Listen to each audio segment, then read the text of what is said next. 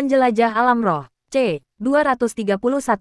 Wajah figur kertas itu kusam dan kaku, tak bernyawa. Dengan dua titik merah terang menatap lurus ke dasar tempat tidur dari rongga matanya yang pucat. Pada saat itu juga, jantung Zhang Yuanxing berdebar kencang. Bulu kuduknya merinding. Dan rasa takut yang telah lama terlupakan kembali menyerbu hatinya. Ketakutan ini bukan sekadar ketakutan akan krisis, tetapi lebih merupakan ketakutan manusia terhadap unsur-unsur yang aneh dan mengerikan. Sebagai contoh, setelah menonton film horor, mereka takut keluar untuk menggunakan toilet, dan mereka harus menutupi kepala mereka dengan selimut saat tidur. Ya, Zhang Yuanxing merasa takut dengan figur kertas itu, yang memicu ketakutan masa kecilnya. Saya belum pernah mengalami situasi seperti ini sebelumnya sejak saya menjadi seorang yang suka begadang. Kemampuan pengembara malam tidak dapat diprediksi dan tak terkalahkan. Dia pernah bertemu musuh yang menggunakan kemampuan untuk melawan pengembara malam sebelumnya. Tetapi ini adalah pertama kalinya dia secara langsung melihat melalui roh pendendam pengembara malam. Ya, Zhang Yuanxing benar-benar yakin bahwa patung kertas itu melihatnya. Ia diliputi rasa takut yang luar biasa, tetapi tindakannya tanpa ragu-ragu. Ia berguling dari tempat tidur, meraih ke udara, mengeluarkan pistol peledak, dan dengan tenang menarik pelatuknya. Figur kertas memiliki bentuk fisik, dan bentuk fisik dapat dihancurkan, sehingga pistol jarak jauh menjadi senjata yang paling cocok. Menurut deskripsi kotak perona pipi, roh pendendam hanya dapat merasuki benda-benda yang telah diolesi perona pipi. Jika benda yang dirasuki dihancurkan, figur kertas tersebut harus ditangani. Cobalah, bang-bang-bang gelombang, api menyembur dari moncong senjata, dan peluru merah gelap saling bersilangan saat mengenai figur kertas itu. Alih-alih meledak, peluru-peluru itu mengeluarkan suara letupan yang lembut. Seperti besi panas yang ditancapkan ke lumpur. Aura energi yin yang dalam dan pekat menyelimuti figur kertas itu. Ketika peluru mengenainya, energi kinetiknya dinetralkan, dan api padam, lenyap menjadi ketiadaan. Energi yin yang hampir terasa nyata menyebabkan pupil mata Zhang Yuanxing sedikit melebar. Ini jelas bukan kekuatan yang bisa dimiliki oleh roh pendendam pada tahap transenden.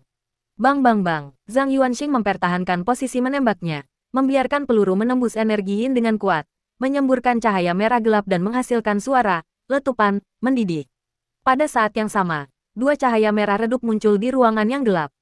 Ketuk-ketuk, ketuk-ketuk, sepatu dansa merah itu naik turun, membuat gerakan melangkah di tempat. Zhang Yuanxing segera mengeluarkan perintah untuk memburu dan membunuh patung-patung kertas itu. Dadada, sepatu dansa merah itu melesat dengan kecepatan kilat, mendarat dengan hentakan yang tajam dan tepat di wajah figur kertas tersebut. Energi yin yang pekat itu melonjak dengan dahsyat, seperti air yang memercik di permukaan danau. Wajah figur kertas itu tetap utuh, dan sepatu dansa merah itu gagal menembus energi yin yang mengelilinginya. Namun, tim sepatu merah tidak menyerah, melancarkan serangan tanpa henti. Menghadapi roh pendendam setingkat ini, kekuatan sepatu merah tidak cukup. Zhang Yuanxing tidak terkejut, dia sangat tahu batasan sepatu merah. Dia memanggilnya semata-mata untuk mengganggu roh pendendam dan meningkatkan tekanan pada musuh. Zhang Yuanxing dengan cepat meninjau kembali alat peraga dan metodenya. Awalnya ia memikirkan kerudung merah, tetapi kemudian meninggalkannya, karena energi yin pengantin hantu jauh lebih lemah daripada sosok kertas di depannya. Selain itu, dia tidak memiliki keberanian untuk melawan figur kertas itu dalam pertarungan jarak dekat. Tendangan mematikan dari sepatu Houtu dapat melepaskan kekuatan seorang ahli alam suci, menghancurkan figur kertas seharusnya tidak sulit. Tanpa ragu, Zhang Yuanxing meraih sepatu Houtu dan melemparkannya ke undet nomor 1 di sampingnya. Almarhum nomor 1 memasukkan kakinya ke dalam lubang sepatu bot untuk menyelesaikan proses berpakaian, sementara Zhang Yuanxing sendiri mengenakan jubah yin yang. Dengan langkah berat, si mati berlari menuju patung kertas itu, dan saat mendekat, sepatu bot di kaki kanannya memancarkan cahaya kuning tebal yang hampir nyata. Otot kaki kanannya tiba-tiba membengkak, merobek bagian bawah celananya. Patah, tendangan cambuk itu meninggalkan bayangan di udara, menghancurkan patung kertas itu seperti pantulan, dan kekuatan tendangan itu menimbulkan embusan angin di ruangan tersebut. Patung kertas itu telah hilang. Apa yang ditendang dan dihancurkan oleh orang nomor 1 yang telah mati itu hanyalah bayangan yang diciptakan oleh ilusi. Sihir gaib semacam ini paling mudah dilakukan oleh roh-roh pendendam. Tap-tap-tap, sepatu dansa merah itu tiba-tiba melesat ke arah pemiliknya. Di belakangku, jantung Zhang Yuanxing berdebar kencang. Hampir bersamaan, sesosok figur kertas dengan wajah pucat pasi dan diolesi perona pipi merah terang muncul di belakangnya, mengangkat lengannya yang kaku untuk mencengkeram bagian belakang leher manusia itu. Sebelum tangan kertas yang dibuat secara kasar itu sempat menyentuhnya, aura dingin menyelimutinya, dan lapisan tipis embun beku menempel di punggung dan leher Zhang Yuanxing. Bang, dia mengangkat senjatanya dan menembakkan satu tembakan ke dada korban.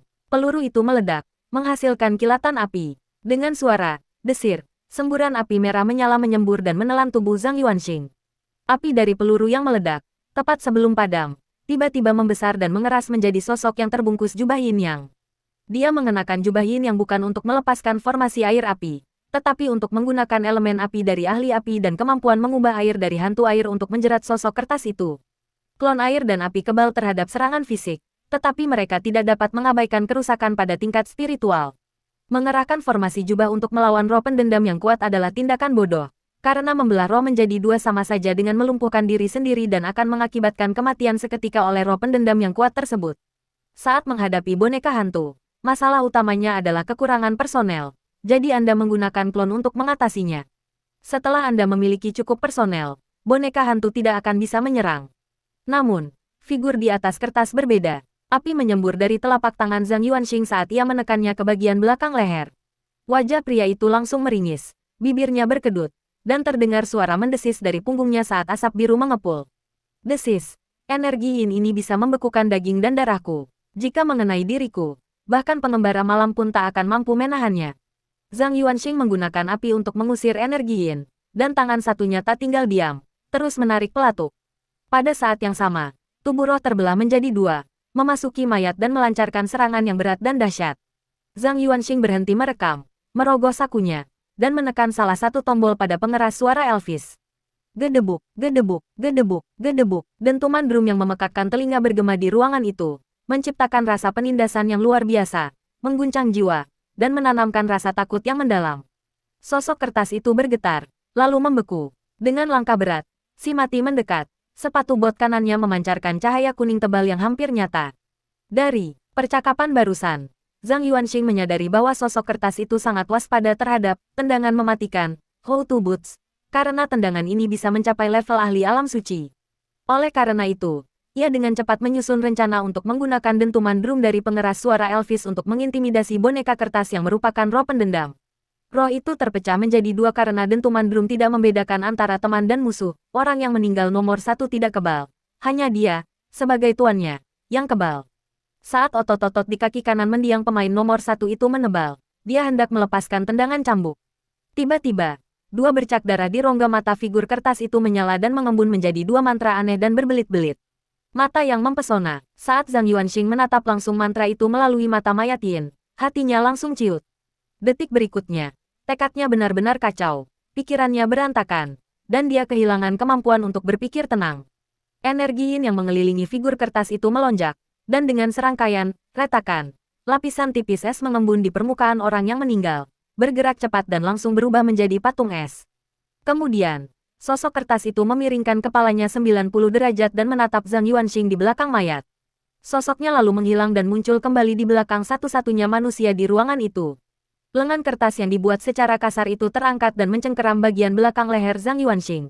Energi yin di ruangan itu tiba-tiba menghilang, dan sebagai responsnya, sebuah pusaran berbentuk spiral tak terlihat terbentuk di bagian belakang leher. Sejumlah besar energi vital tersedot oleh pusaran dan mengalir ke tubuh figur kertas itu, memberikan sentuhan kemerahan pada wajah pucatnya. Di bawah rangsangan yang hebat, Zhang Yuanxing terbebas dari pengaruh mata yang mempesona, dan segera merasakan anggota tubuhnya kaku dan mati rasa. Tubuhnya membeku oleh energi yin yang mengerikan, dan dia hampir tidak bisa menggerakkan jari-jarinya. Dalam sekejap, kulit Zhang Yuanxing kehilangan kilaunya, menjadi kering dan kusam. Kemudian, kerutan halus muncul di sudut matanya dan dahinya, dan lipatan nasolabialnya semakin dalam. Dalam sekejap, usianya bertambah 20 tahun. Zhang Yuanxing dengan putus asa mengeluarkan perintah serangan kepada mayat Yin, tetapi mayat itu membeku, persendian dan dagingnya kaku dan mati rasa, tidak mampu menopang tuannya. Upaya itu gagal, boneka kertas itu tak ada apa-apanya dibandingkan mereka, perbedaan kekuatan terlalu besar. Zhang Yuanxing menyadari dengan pesimisme dan keputusasaan bahwa rencananya untuk mengalahkan bos kecil itu hanya dengan kekuatan fisik semata adalah tidak realistis. Meskipun menggunakan begitu banyak alat peraga dan taktik, dia tetap tidak bisa mengalahkan manusia kertas itu. Maka satu-satunya pilihan yang tersisa adalah menggunakan alu penakluk iblis. Zhang Yuanxing tidak ingin menggunakan benda ini kecuali benar-benar diperlukan. Meminum racun untuk menghilangkan dahaga tidak akan menyelesaikan masalah, tetapi dia tidak punya pilihan lain sekarang. Setidaknya minum racun untuk menghilangkan dahaga akan memungkinkannya hidup sedikit lebih lama.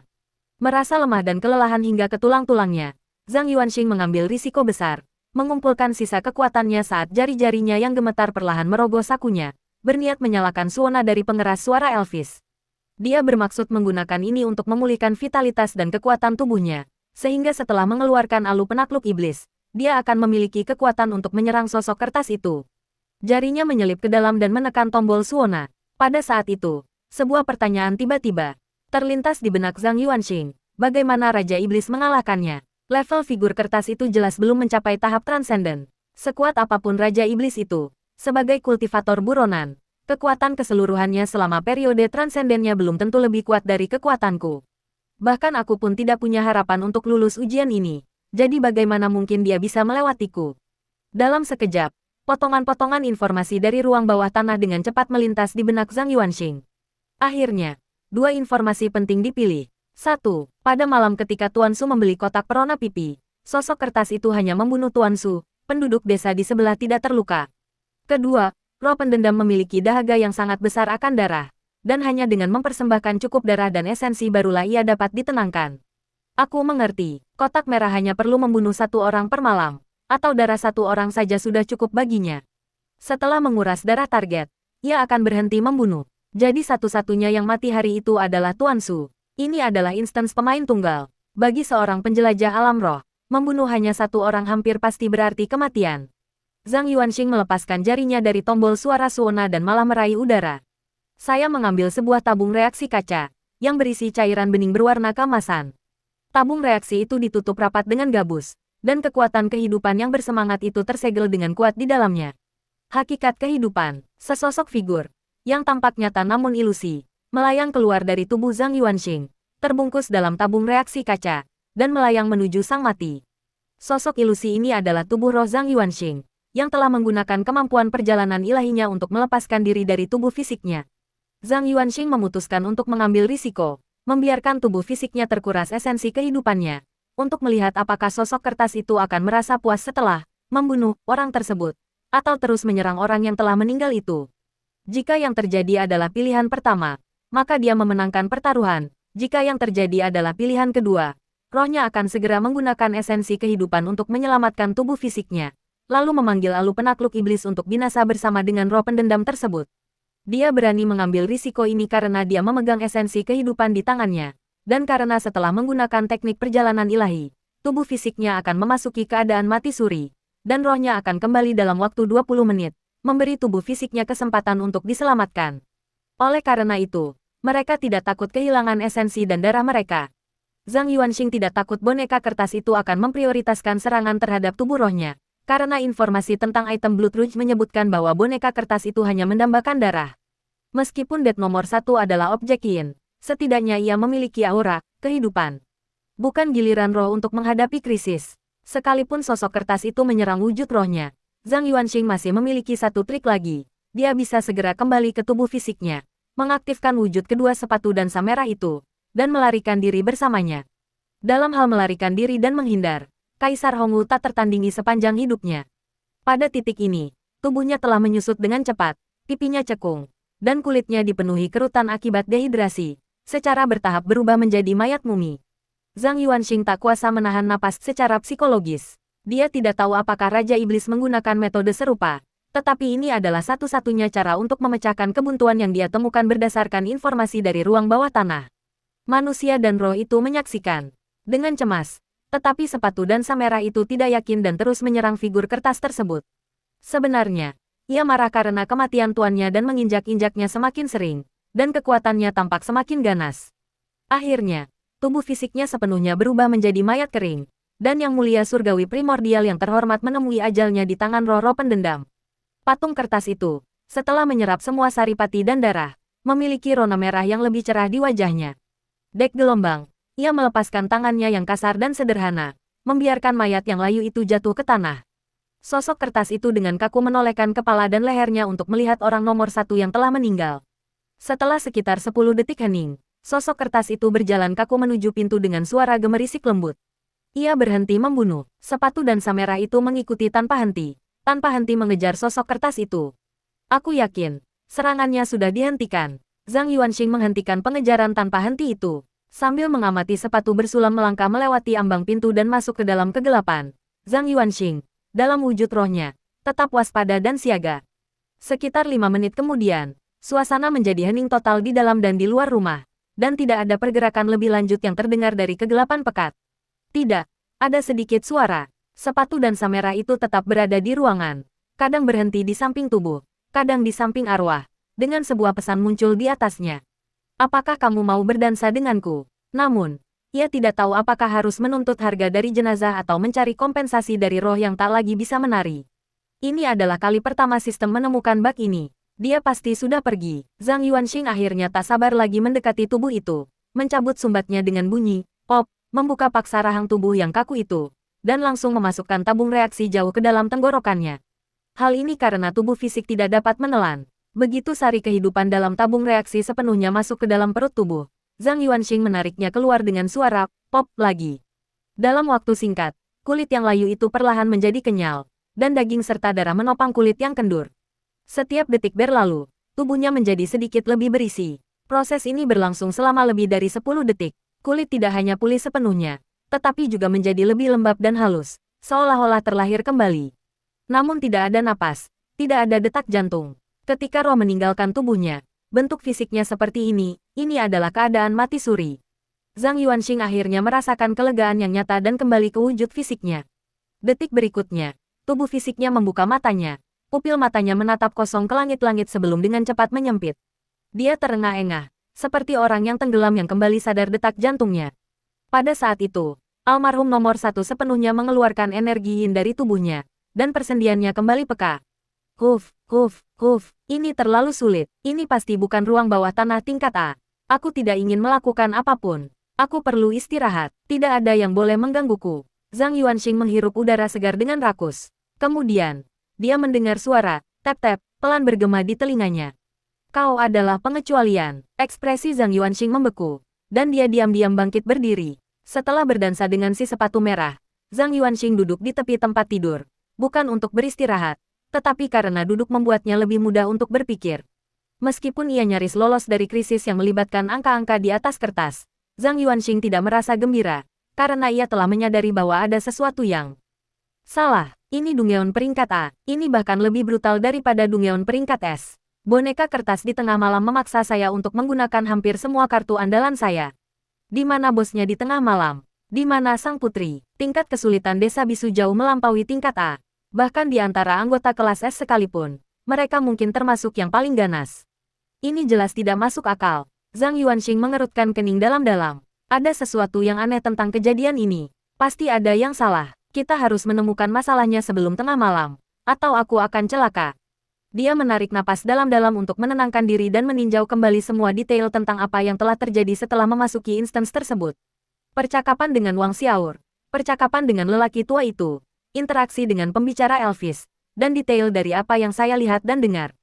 Waktu berlalu perlahan, dan melalui peninjauan berulang, dia samar-samar memahami sesuatu, tetapi itu tidak cukup jelas. Zhang Yuanxing tidak terburu-buru. Setelah memahami gagasan yang samar itu, dia mengeluarkan beberapa pil biru kecil dari sakunya, memegangnya di telapak tangannya, lalu mengingat wajah ayahnya saat meninggal. Pikirannya perlahan mulai bergejolak, jantungnya mulai berdetak melebihi kapasitasnya, dan dia dengan cepat memasuki keadaan otak super. Potongan-potongan ingatan acak melintas dengan cepat, dan yang bisa dia dengar hanyalah suara bising yang tidak berarti. Saya merasakan sensasi terbakar di rongga hidung, dan darah merah terang mengalir keluar. Zhang Yuanxing segera menelan pil tersebut untuk menenangkan kondisi negatif itu. Kemudian, setiap adegan sejak memasuki instance tersebut diputar ulang dalam pikiran saya, bingkai demi bingkai, hingga ke tekstur rumah-rumah batu dan arah jatuhnya rumput layu di pinggir jalan. Beberapa waktu lalu, saya bertemu dengan seorang pendeta Taois pengembara yang mengatakan bahwa gunung di belakang adalah tempat yang membawa keberuntungan secara geomantik, dan pasti ada makam besar di gunung itu. Warga desa Wang Xiaoer mencuri barang-barang pemakaman dengan maksud menjualnya kepada keluarga kaya di ibu kota provinsi. Tanpa diduga, wanita itu mengikutinya keluar malam itu. Pada jaga keempat malam itu, semua orang di desa meninggal. Makam kuno itu terletak 23 li di sebelah barat daya gunung belakang. Lari. Zhang Yuanxing tiba-tiba tersadar, keluar dari mode putar ulang, dan menatap dengan mata lebar. seolah-olah tercerahkan. Sekarang aku mengerti bagaimana penjara bawah tanah ini sebenarnya bekerja. Zhang Yuanxing menyadari bahwa dia telah salah memahami maksudnya. Berdasarkan pengalamannya di kuil Dewa Gunung dan pengetahuan yang diperolehnya dari membaca berbagai panduan strategi, secara tidak sadar ia percaya bahwa di ruang bawah tanah bertahan hidup semacam ini, penjelajah alam roh perlu menemukan petunjuk sendiri, menemukan cara untuk mengatasi krisis, dan kemudian menyelesaikannya satu persatu. Sama seperti yang dia lakukan di kuil Dewa Gunung. Oleh karena itu, setelah berhasil mengatasi krisis boneka hantu dengan mengandalkan kecerdasan, dia secara aktif mencari kotak perona pipi, percaya bahwa pasti ada cara untuk menyelesaikan krisis boneka kertas di dalam kotak perona pipi tersebut. Memang, begitulah kenyataannya. Dengan demikian, ia menemukan aturan bahwa boneka kertas itu akan membunuh satu orang setiap malam, atau berhenti membunuh setelah memenuhi kebutuhan hidupnya, dan dengan demikian ia selamat. Namun ini tidak masuk akal. Tidak setiap orang yang terbiasa begadang memiliki kualifikasi untuk melakukan hal itu. Bisa dipastikan bahwa 99,9% pengembara malam tidak akan mampu melewati dua level pertama karena kesulitannya, dan pasti akan mati. Tetapi ini bukanlah krisis terbesar di dalam penjara bawah tanah. Dia salah paham. Desa sunyi adalah area bertahan hidup, bukan area pertempuran, meskipun pertempuran juga demi bertahan hidup. Bertahan hidup adalah misi utama, dan seharusnya dia tidak bertarung sejak awal. Namun di desa, kau tak bisa bertahan hidup tanpa bertarung. Ada boneka hantu yang muncul dan menghilang secara tak terduga, dan figur kertas yang bisa berteleportasi seketika. Kau pasti akan bertemu mereka saat waktunya tiba. Kau tak bisa bertahan hidup tanpa bertarung. Oleh karena itu, cara yang benar untuk bermain adalah meninggalkan desa dan menuju ke makam kuno. Ya, peta lengkap desa sunyi mencakup makam-makam kuno dan desa tersebut. Mulai dari pengantar ke alam roh, narasi Wang Xiaor, deskripsi lelaki tua itu, hingga lokasi makam kuno yang ditunjukkan oleh Tuan Su. Semua petunjuk ini memberitahu pengembara alam roh bahwa ada peta lain dalam kejadian tersebut. Makam kuno itu aman, setidaknya di malam hari, karena deskripsi tentang alam spiritual dengan jelas menyatakan bahwa dia mengikuti mereka keluar pada malam itu juga. Sang putri dan artefak-artefak gaib telah meninggalkan makam kuno tersebut. Tempat paling berbahaya sekarang adalah desa, sedangkan makam kuno itu sebenarnya aman. Oleh karena itu, perintah kabur yang diberikan oleh pembicara Elvis bukanlah cara untuk menghadapi boneka kertas, melainkan cara untuk membersihkan ruang bawah tanah ini. Setelah memahaminya, Zhang Yuanxing tidak langsung pergi. Dia terus duduk di tepi tempat tidur, mengelus casing logam dingin dari speaker Elvis, dan bergumam pada dirinya sendiri. Masih ada satu poin keraguan, satu pertanyaan. Hal yang mencurigakan adalah tidak ada krisis pada tengah malam, tetapi semua penduduk desa meninggal pada pukul 4 pagi. Berdasarkan pola yang ada, diduga bahwa yang ditemui pada tengah malam adalah cermin, dan yang ditemui pada pukul 4 pagi adalah putri. Putri adalah yang paling jahat, sehingga seluruh desa meninggal. Tapi tidak ada krisis di tengah malam. Lalu apa krisisnya pukul 4 pagi? Apakah itu cermin atau sang putri? Jika itu cermin, bagaimana dengan sang putri? Apakah dia hanya figur latar belakang? Masalahnya adalah, jika makam kuno itu aman di malam hari, bagaimana dengan siang hari? Apakah aman di siang hari? Misi utamanya adalah bertahan hidup selama 24 jam, bukan kembali ke kenyataan saat fajar. Saya memasuki tempat itu sekitar pukul 10 pagi tadi. Karena kurangnya informasi sebelumnya, dia hampir tidak bisa menyimpulkan jawabannya dan hanya bisa mengesampingkan masalah itu untuk sementara waktu. Membawa jenazah nomor 1 menjauh dari halaman Tuan Su dan menuju ke makam kuno. Cicit gelombang, almarhumah. Nomor 1. Dengan sopan menutup gerbang halaman, Zhang Yuanxing berdiri di tepi sungai. Dengan hati-hati mengamati sekelilingnya, ia berada di desa, dengan rumah-rumah dari tanah liat dan rumah-rumah batu yang tersusun secara acak. Pandangannya tidak luas, tetapi ia tidak merasakan adanya kumpulan energi yin yang kuat. Gambar di atas kertas itu tidak ada di dekat sini. Dia segera meninggalkannya, menuntun mayat itu beberapa langkah menjauh, ketika tiba-tiba dia berhenti di tempatnya, terpaku di tempat. Zhang Yuanxing menghadapi masalah fatal, dia tidak lagi bisa membedakan timur dari barat. Metode umum untuk menentukan arah di malam hari adalah mengamati bulan dan mengamati rasi bintang. Tetapi langit malam dalam hal ini gelap gulita, tanpa bintang atau bulan. Terdapat kekurangan titik acuan. Selain itu, tidak ada tanaman baru di desa tersebut, sehingga tidak mungkin untuk menyimpulkan jumlah sinar matahari berdasarkan pertumbuhan cabang dan daun. Waktu mengalir dalam sekejap seperti halnya di luar. Sekarang musim panas, dan aku ingat angin tenggara bertiup di musim panas. Namun, desa itu diselimuti suasana yang menyeramkan, seperti tabir kabut tak terlihat, yang mengganggu angin alami. Zhang Yuanxing memutar otaknya tetapi tidak dapat menemukan solusi yang baik. Dia tercengang dan berpikir dalam hati, bagaimana mungkin aku, seorang mahasiswa terbaik dari Universitas Songhai, universitas terkemuka di negara ini, dikalahkan oleh detail sekecil ini. Tiba-tiba, ia melihat sungai yang mengalir dengan riang dan memikirkan pendekatan alternatif. Sungai mengalir dari tempat tinggi ke tempat rendah, dan di tempat-tempat yang bergunung-gunung, medannya lebih tinggi, sehingga arah aliran sungai dapat dikesampingkan, gunung di belakang tidak ada di sana. Meskipun sungai mungkin tidak selalu mengalir dari pegunungan, selama Anda melawan arus, setidaknya Anda tidak akan salah arah. 1 li setara dengan 500 meter, jadi 23 li sekitar 11 kilometer. Jalan pegunungan lebih sulit dilalui daripada jalan datar, dan itu membutuhkan waktu selain mencari makam kuno. Waktu sudah hampir tengah malam. Zhang Yuanxing diam-diam menghitung bahwa menemukan makam kuno sebelum tengah malam akan sulit, tetapi tiba di tujuan sebelum pukul 4 pagi akan memberi mereka banyak waktu. Seorang pria dan sesosok mayat berjalan melewati desa pegunungan yang terpencil. Suara langkah kaki mereka dan suara air yang riang bercampur membentuk melodi yang sunyi dan monoton yang bergema di malam yang hening. Dalam suasana seperti itu, bahkan orang biasa dengan kemauan lemah pun akan mengalami gangguan mental, bahkan tanpa adanya bahaya.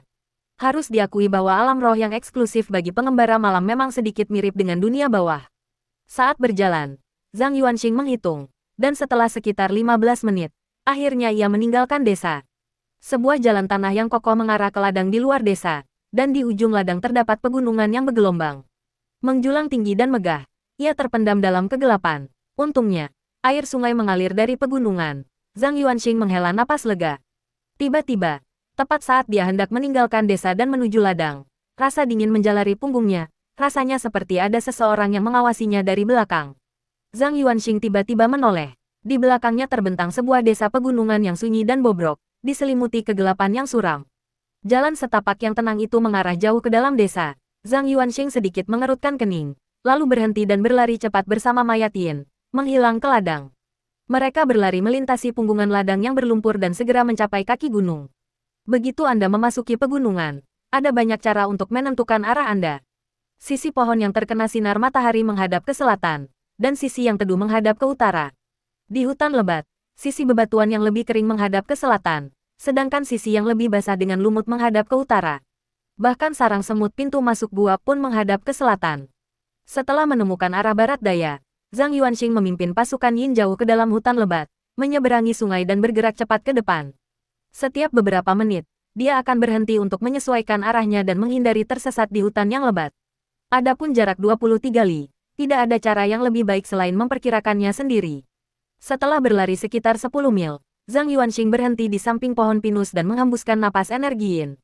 Gumpalan energi Yin perlahan turun ke tanah, mengembun menjadi bayi kecil yang bulat dan menggemaskan dengan bulu lanugo yang tipis. Aba-aba, si kecil nakal itu membuka mata besarnya yang gelap, melihat sekeliling, lalu dengan takut merangkak ke kaki pemiliknya dan memeluk kakinya. Ngomong-ngomong, si idiot kecil ini belum terlalu tua, tetapi sejak lahir, dia belum pernah melihat pegunungan yang curam dan hutan lebat, dan memiliki ketakutan naluriah terhadap lingkungan yang asing. Ayo kita cari harta karunnya. Sambil menenangkan si bocah nakal itu, Zhang Yuanxing memberi perintah. Menemukan makam kuno tidaklah sulit. Manfaatkan saja fungsi pencarian harta karun si kecil yang konyol itu, dan Anda dapat menemukan makam yang berada jauh di pegunungan. Tentu saja, syaratnya adalah Anda tidak boleh terlalu jauh. Jika Anda membiarkan si nakal kecil itu keluar dari desa, kemungkinan besar ia akan mencari kotak pewarna rambut. Si kecil nakal itu, setelah menerima perintah pemiliknya, mengeluarkan beberapa suara, aba, dan dengan cepat merangkak di belakang Zhang Yuanxing.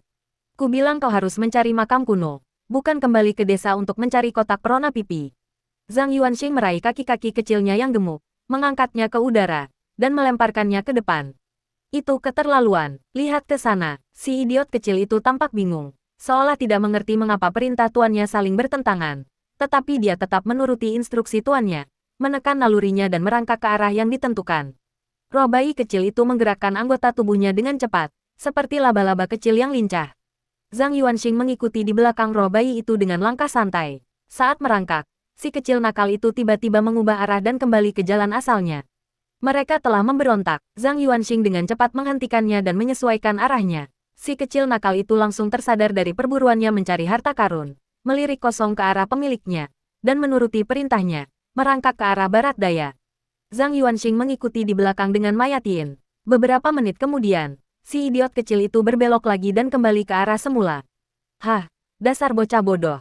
Kau melawan aku lagi. Zhang Yuanxing membungkuk dan mengangkat si bocah nakal itu. Tidak lagi membiarkannya memimpin jalan. Alisnya berkerut dalam-dalam.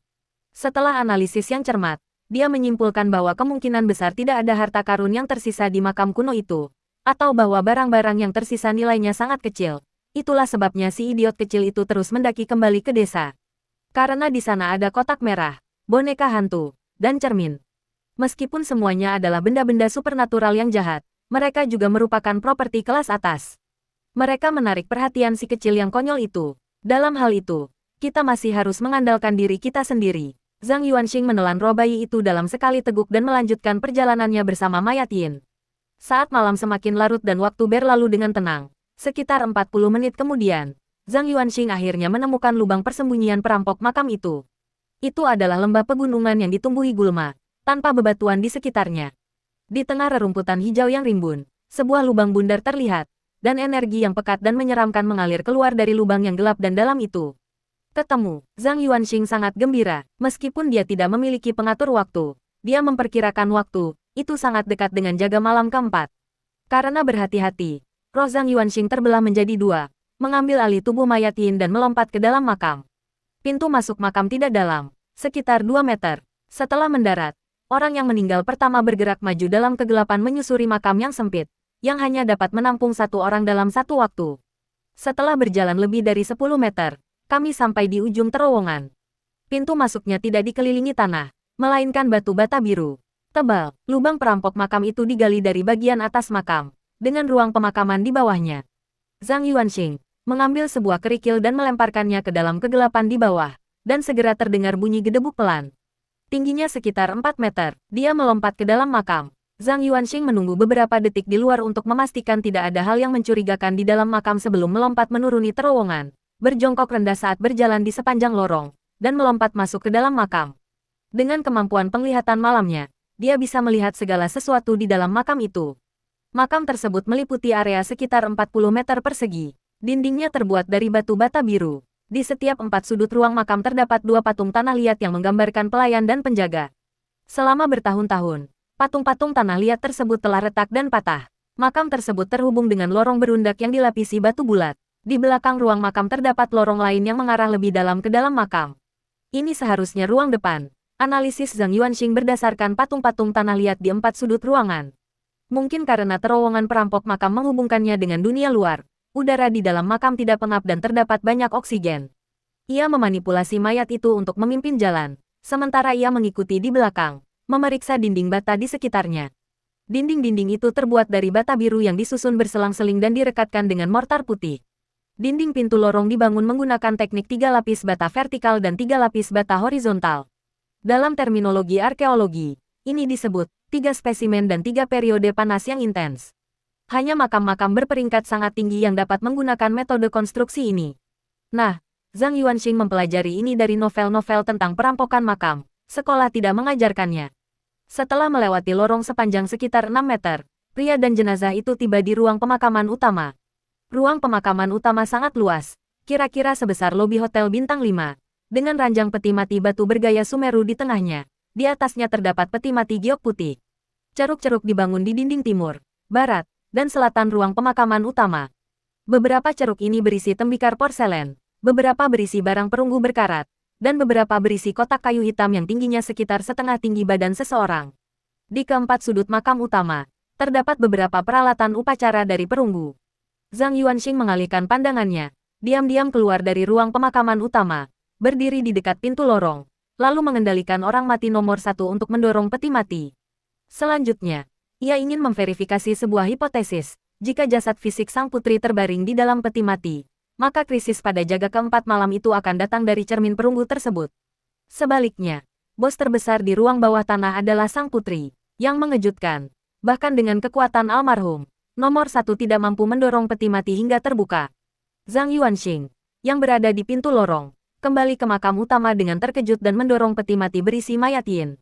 Bahkan dengan kekuatan gabungan mereka tetap tidak bisa membukanya. Apa yang sedang terjadi? Apakah alam spiritual membatasiku? Atau peti mati itu disegel dengan teknik rahasia yang tidak bisa dibuka oleh orang luar?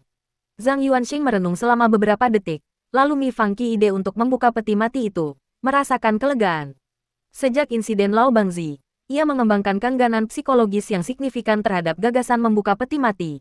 Zhang Yuanxing kemudian memanipulasi mayat Yin untuk memindahkan kotak kayu dari ceruk, hanya untuk menemukan bahwa kotak itu juga tidak mungkin dibuka.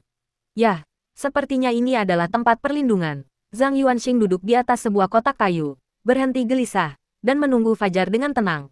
Makam kuno itu gelap dan sunyi. Zhang Yuanxing duduk selama beberapa menit, merasa sedikit bosan.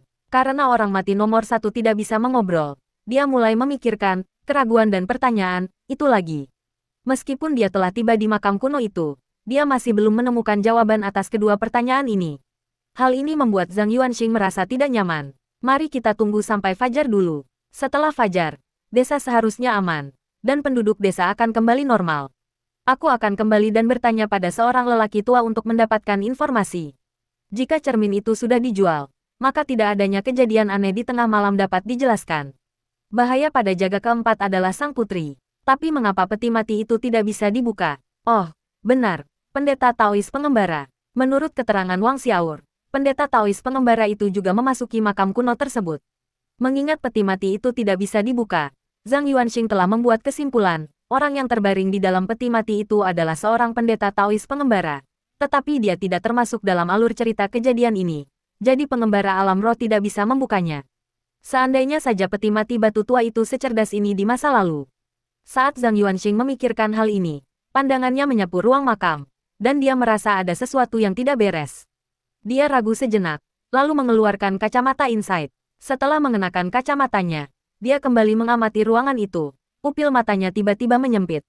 Melalui teropongnya, ia dapat melihat detail di dalam makam utama dan menyadari bahwa ada sesuatu yang tidak beres. Barang-barang pemakaman disusun terlalu rapi. Seharusnya tidak seperti itu. Wang Xiaor sudah pernah ke sini sebelumnya. Ketika seorang pencuri masuk ke sebuah rumah, bagaimana mungkin dia tidak menggeledahnya? Namun semuanya, mulai dari porselen hingga tembikar, kotak-kotak, dan barang-barang upacara, tersusun dengan sangat rapi. Pada saat itu, Zhang Yuanxing merasa seolah-olah arus listrik telah mengalir melalui tubuhnya, menimbulkan rasa takut yang mencekam.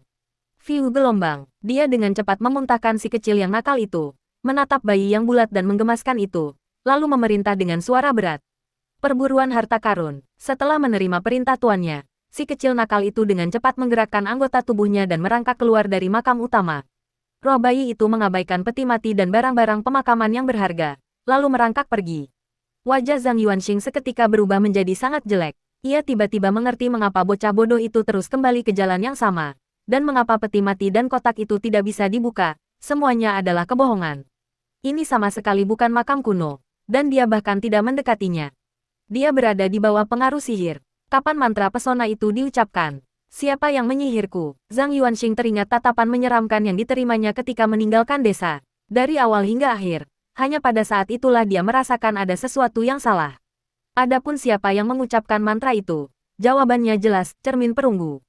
Dilihat dari waktunya, sepertinya sudah tengah malam ketika dia meninggalkan desa. Aku mengerti mengapa tidak ada hal aneh yang terjadi di tengah malam. Itu karena pesona cermin perunggu itu tidak dapat dirasakan oleh orang biasa dan tidak menyebabkan bahaya nyata.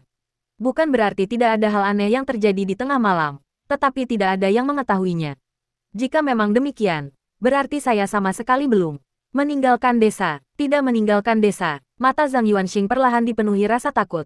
Dan wajahnya semakin pucat hingga kehilangan seluruh warnanya. Sekarang jam berapa? Zhang Yuanxing berteriak dengan suara lantang, meskipun tidak ada yang menjawabnya. Begitu dia selesai berbicara, angin dingin yang menusuk tulang menerpa ruang makam yang tertutup rapat, angin dingin yang sangat menyengat. Wah, Zhang Yuanxing mendengar deru angin yang menyeramkan dan melihat bahwa segala sesuatu di depannya, dinding bata, peti mati, benda-benda pemakaman, sedang terkoyak-koyak oleh angin. Sekuat apapun jimat itu, ia akan langsung hancur jika diganggu oleh kekuatan eksternal. Sang putri telah tiba. Segala sesuatu di dalam makam kuno itu hancur berkeping-keping di tengah deru energi yin yang dahsyat, memperlihatkan kembali wujud aslinya. Jalan setapak yang berkelok-kelok dan sunyi, rumah-rumah yang reot dan terpencil, kertas merah pudar dan menghitam yang ditempelkan di pintu kayu, akar rumput yang layu dan lumut kering di sudut-sudutnya. Dia masih berada di desa, masih di tempat yang sama. Semua perjalanan dan penggalian terowongan itu hanyalah ilusi. Setelah terbebas dari ilusi, Zhang Yuanxing tiba-tiba menoleh untuk melihat jalan yang tenang di belakangnya. Aura energi yin yang tebal dan seperti tinta menyembur dari ujung jalan yang berkelok-kelok itu. Lapisan-lapisan itu bergelombang dan bergulir, seperti asap tebal. Tepat di depan, di tengah kepulan asap, ada si idiot kecil yang menangis meraung-raung. Ia menggerakkan anggota tubuhnya dengan cepat, menangis sambil merangkak, melesat dengan kecepatan yang seharusnya tidak dimiliki oleh anak seusianya. Energi yang pekat dan suram mengejarnya, mengancam untuk melahap jiwa bayi kecil yang bulat dan menggemaskan itu kapan saja. Pada saat itu, dia sangat bergantung pada tuannya, seperti seorang anak yang bergantung pada orang tuanya. Zhang Yuanxing merasakan hawa dingin menusuk tulang di dadanya. Setiap sarafnya berteriak, lari, dan setiap ototnya menegang secara refleks. Adrenalinnya melonjak, tetapi bukan untuk menopang tubuhnya dalam pertempuran, melainkan untuk mencegah kakinya lemas saat melarikan diri demi menyelamatkan nyawanya. Mantra sihir telah patah, dan belum terlambat untuk melarikan diri. Wajah Zhang Yuanxing berkedut hebat saat ia melihat si bodoh kecil itu hampir ditelan oleh asap tebal. Sesaat kemudian, dia mengertakkan giginya dan menyerbu ke arah si bodoh kecil itu dan gelombang energi yin yang dahsyat seperti tsunami. Ketika dia bergegas menuju energi yin yang menakutkan ini, dia benar-benar memahami ketakutan si bodoh kecil itu. Aura yang luar biasa, membawa kekuatan yang tak tertahankan, telah menakutinya, seorang pengembara malam, bahkan sebelum aura itu tiba. Inilah tekanan yang diberikan oleh mereka yang berada di posisi lebih tinggi kepada mereka yang berada di posisi lebih rendah dalam profesi yang sama. Sama seperti bagaimana pengembara malam menahan roh. Saat berlari kencang, Zhang Yuanxing membentangkan jubah yin yang-nya dan memakainya, lalu memanggil sepatu Houtu. Dia memakainya sambil berlari, dan langkahnya tiba-tiba menjadi berat. Setiap kakinya mengeluarkan bunyi gedebuk yang tumpul, yang menenangkan napasnya yang tidak teratur. Setelah berlari sekitar selusin meter lagi, kakinya tiba-tiba lemas, betisnya kram, dan wajahnya pucat pasi. Semakin dekat dia dengan energi yin itu, semakin takut dia, seolah-olah dia telah bertemu dengan musuh alami. Tidak, aku tidak bisa berhenti, katanya pada diri sendiri. Dua cahaya redup muncul, berubah menjadi sarung tangan preman dan pistol peledak. Sialan, apa yang perlu ditakuti? Saat seseorang meninggal, telur-telurnya terbang ke langit. Saat Zhang Yuanxing meraih kedua benda itu, pikiran ini tiba-tiba muncul di benaknya. Dan ia mendapatkan keberanian yang besar darinya, dan rasa takut di hatinya menghilang. Tak ada, dia akhirnya bergegas menghampiri si idiot kecil itu, membuka lengannya, dan memeluk erat-erat jiwa bayi kecil yang berlari ke arahnya. Pada saat itulah energi yin yang kental dan seperti tinta melonjak di depan mata Zhang Yuanxing. Dia melihat asap hitam yang bergolak itu menghilang, memperlihatkan sepasang sepatu bersulam dan rok merah berlipit. Segera setelah itu, dia melihat asap hitam menyebar di sepanjang payudaranya yang penuh dan tinggi, seperti tirai yang ditarik, memperlihatkan dagunya yang melengkung indah. Akhirnya, tampaklah wajah yang sangat cantik. Jandali dari pintu masuk desa itu benar, wanita ini memang sangat cantik, tetapi juga sangat pucat, pucat yang menyeramkan. Yang paling menakutkan adalah matanya, rongga matanya dipenuhi energi hitam pekat, dan pupilnya merah darah seperti permata. Tubuh Zhang Yuanxing gemetar hebat, giginya bergemeletuk, dan wajahnya pucat pasi. Sama pucatnya dengan wanita berbaju merah di depannya. Namun jantungnya berdetak kencang sekali, bekerja terlalu keras, dan detak jantungnya terlihat jelas melalui gerakan naik turun dadanya. Rasa takut yang luar biasa meledak di hati Zhang Yuanxing. Ini adalah musuh paling menakutkan yang pernah dihadapinya, selain Raja Langit Mata Iblis. Raja Langit Mata Iblis tidak memiliki aura untuk menekan pengembara malam, tetapi wanita berbaju merah di hadapannya berbeda. Dalam kehidupan sebelumnya, dia jelas merupakan pengembara malam yang kuat. Ani, seorang pejabat bintang. Matanya, dengan rongga mata yang gelap dan pupil yang merah, menatap Zhang Yuanxing tanpa emosi. Perlahan ia mengangkat tangannya, dan lengan bajunya melorot, memperlihatkan tangan yang pucat namun halus. Tangan itu meraih leher Zhang Yuanxing. Dengan suara keras, emosi Zhang Yuanxing meledak. Ia tampak sangat terstimulasi, diambang kematian, amarah di hatinya, keinginan membara untuk menghancurkan segalanya, sesaat mengalahkan rasa takutnya. Sepatu bot di kaki kanannya bersinar dengan cahaya kuning yang tebal dan agak lengket.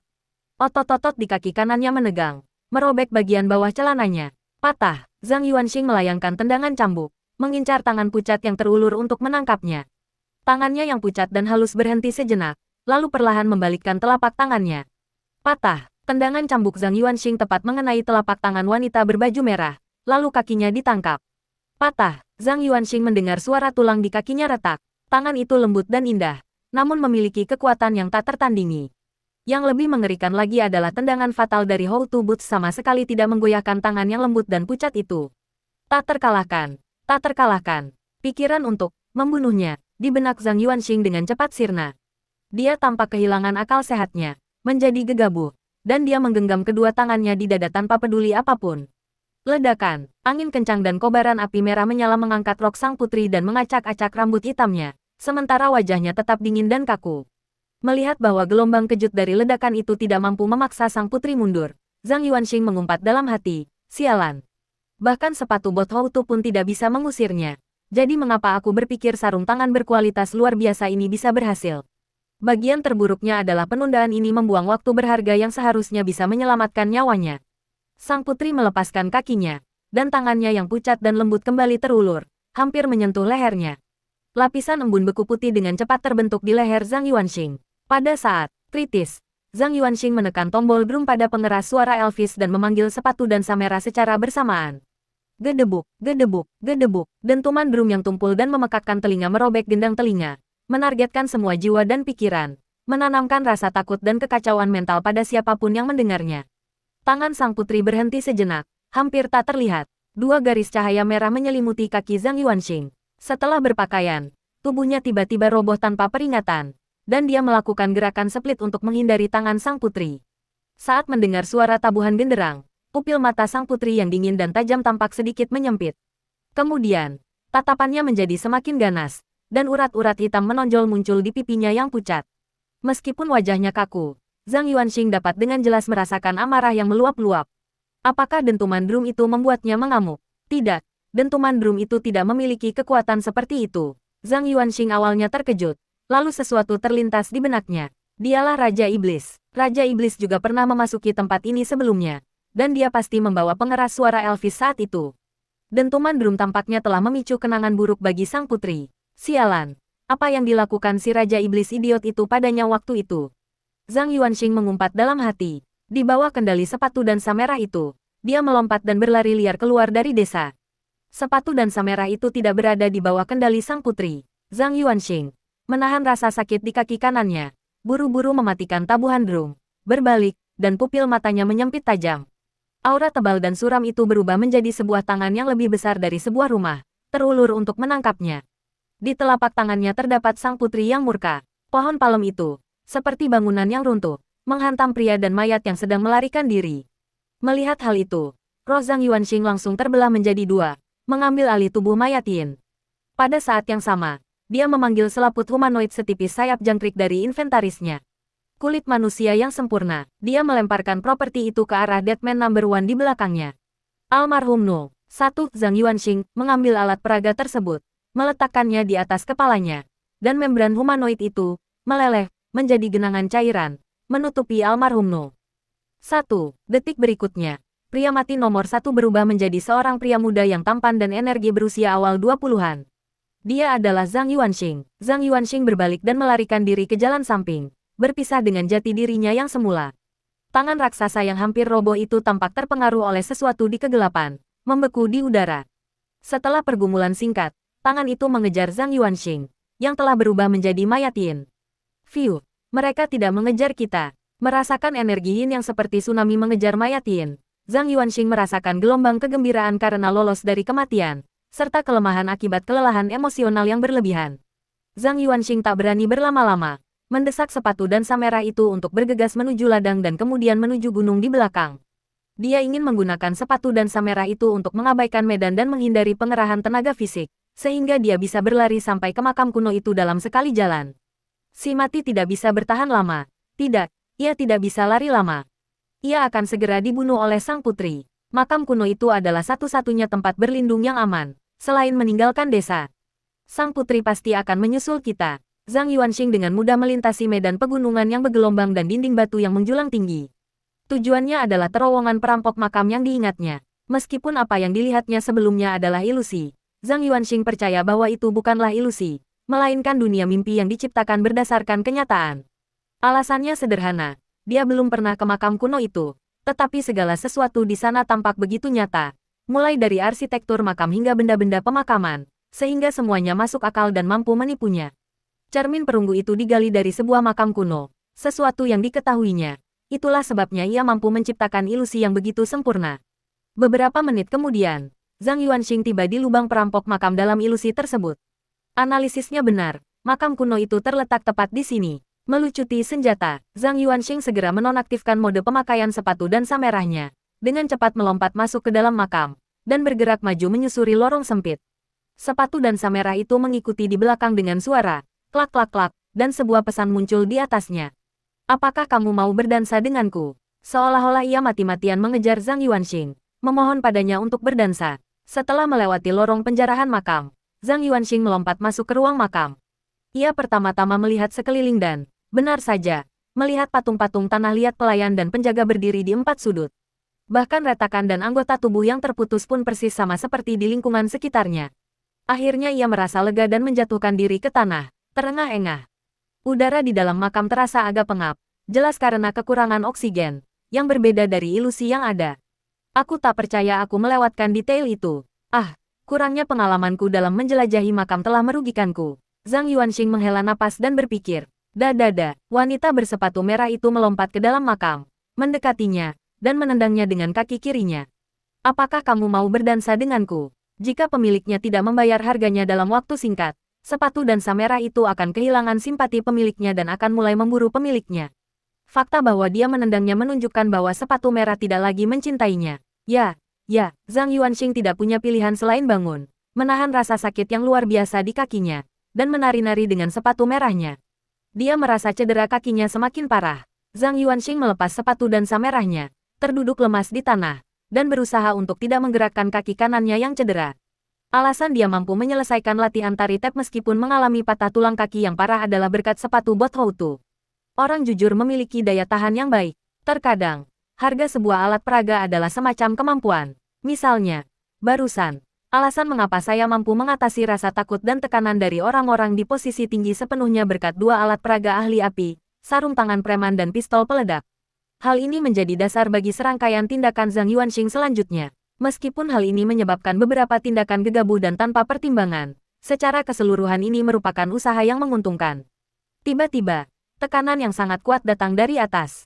Zhang Yuanxing merasakan hawa dingin menjalar di punggungnya dan secara naluriah meringkuk, dengan gugup mendongak untuk mengamati.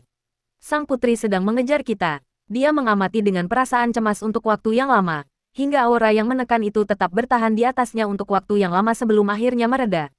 Pergi, Zhang Yuanxing menghela napas panjang, lalu memegang dadanya. Rasa sakit hati terpancar di matanya. Sayang sekali, kita kehilangan salah satu mayat Yin. Dengan menggunakan atribut, penyebab dan akibat, dari kulit manusia yang sempurna untuk menjadikan mayat Yin sebagai kambing hitamnya. Metode ini merupakan ide cemerlang yang muncul dari Zhang Yuanxing selama krisis barusan. Fu Qing yang benar. Semakin berbahaya situasinya, semakin besar potensi yang akan ia keluarkan. Meskipun Perfect Human Skin adalah produk yang terkutuk dan benar-benar penipuan, dari sudut pandang tertentu, produk ini adalah sebuah keajaiban mutlak. Semoga sang putri tidak mengambil barang-barang itu, kalau tidak petualangan di ruang bawah tanah ini akan menjadi kerugian besar. Zhang Yuanxing berdiri dan mengalihkan pandangannya ke arah pintu lorong, lalu ke arah makam utama. Dalam ilusi sebelumnya, peti mati dan kotak itu tidak bisa dibuka. Dia ingin melihat apakah benda-benda itu bisa dibuka dalam kenyataan. Tatapan Zhang Yuanxing tertuju pada bagian atas pintu lorong. Tempat jimat kertas kuning ditempelkan pada dinding melengkung 3 tingkat dengan 3 lengkungan. Dan mantra-mantra yang ditulis dengan tinta merah tua. Ini adalah sesuatu yang tidak ada dalam ilusi. Zhang Yuanxing menatap jimat kertas kuning itu sejenak. Dan akhirnya memutuskan untuk tidak menyentuhnya. Ia berpikir dalam hati. Aku tidak bisa bertindak gegabah. Ia sudah menyimpan pistol dan sarung tinjunya. Alih-alih menuju ruang pemakaman utama di belakangnya, dia berjalan menuju lorong makam ke arah yang berlawanan. Baru saja, dia teringat sebuah deskripsi dari novel tentang perampokan makam. Di zaman kuno, para bangsawan berstatus tinggi akan mendirikan sebuah epitaf di lorong makam setelah kematian mereka, yang mencatat identitas, tanggal lahir, dan kisah hidup almarhum. Zhang Yuanxing memasuki lorong makam dan, setelah melakukan beberapa penyelidikan, memang melihat area cekung yang terbuat dari batu bata biru di sepanjang sisi lorong, dengan sebuah lempengan batu di dalamnya. Tulisan pada lempengan batu itu sebagian besar telah terkikis oleh waktu, dan informasinya menjadi tidak jelas. Berdasarkan informasi yang tersisa, Zhang Yuanxing secara kasar memahami identitas putri tersebut. Dia adalah putri sulung seorang pangeran di awal dinasti Ming, bernama Yin Yao. Dia cerdas dan cantik sejak usia muda dan memiliki bakat langka dalam kultivasi. Ia pernah berlatih di bawah bimbingan Dewi Gunung Sandao dalam aliran Songfu. Setelah menyelesaikan pelatihannya, ia berkeliling dunia dan hidup selama 2 siklus 60 tahun, meninggal dunia pada pertengahan hingga akhir dinasti Ming. Ia tidak pernah menikah. Apakah putri ini murid Bang Zitua? Ada begitu banyak ruang bawah tanah untuk tahap transenden pengembara malam. Dan aku memasuki kuil Dewi Tiga Gunung pada kali pertama, dan makam muridnya pada kali kedua. Ikatan karma macam apa yang kumiliki dengan bajingan tua itu? Tak ada kata-kata yang bisa menggambarkan perasaan Zhang Yuanxing saat ini. Jika harus memilih satu kata, mungkin, sialan. Dengan perasaan campur aduk, Zhang Yuanxing meninggalkan lorong makam dan kembali ke ruang makam. Melewati lorong sepanjang 6 meter, Anda memasuki ruang pemakaman utama, yang luasnya setara dengan lobi hotel bintang 5. Di tengah ruangan terdapat ranjang peti mati batu bergaya Sumeru. Di atasnya terdapat peti mati giok putih. Ceruk-ceruk dibangun di dinding timur, barat, dan selatan. Semuanya persis seperti dalam ilusi, kecuali bahwa porselen dan tembikar sebagian besar pecah, dan 2 kotak kayu hitam, masing-masing setinggi setengah tinggi orang, juga terbuka, dengan isinya berserakan di tanah.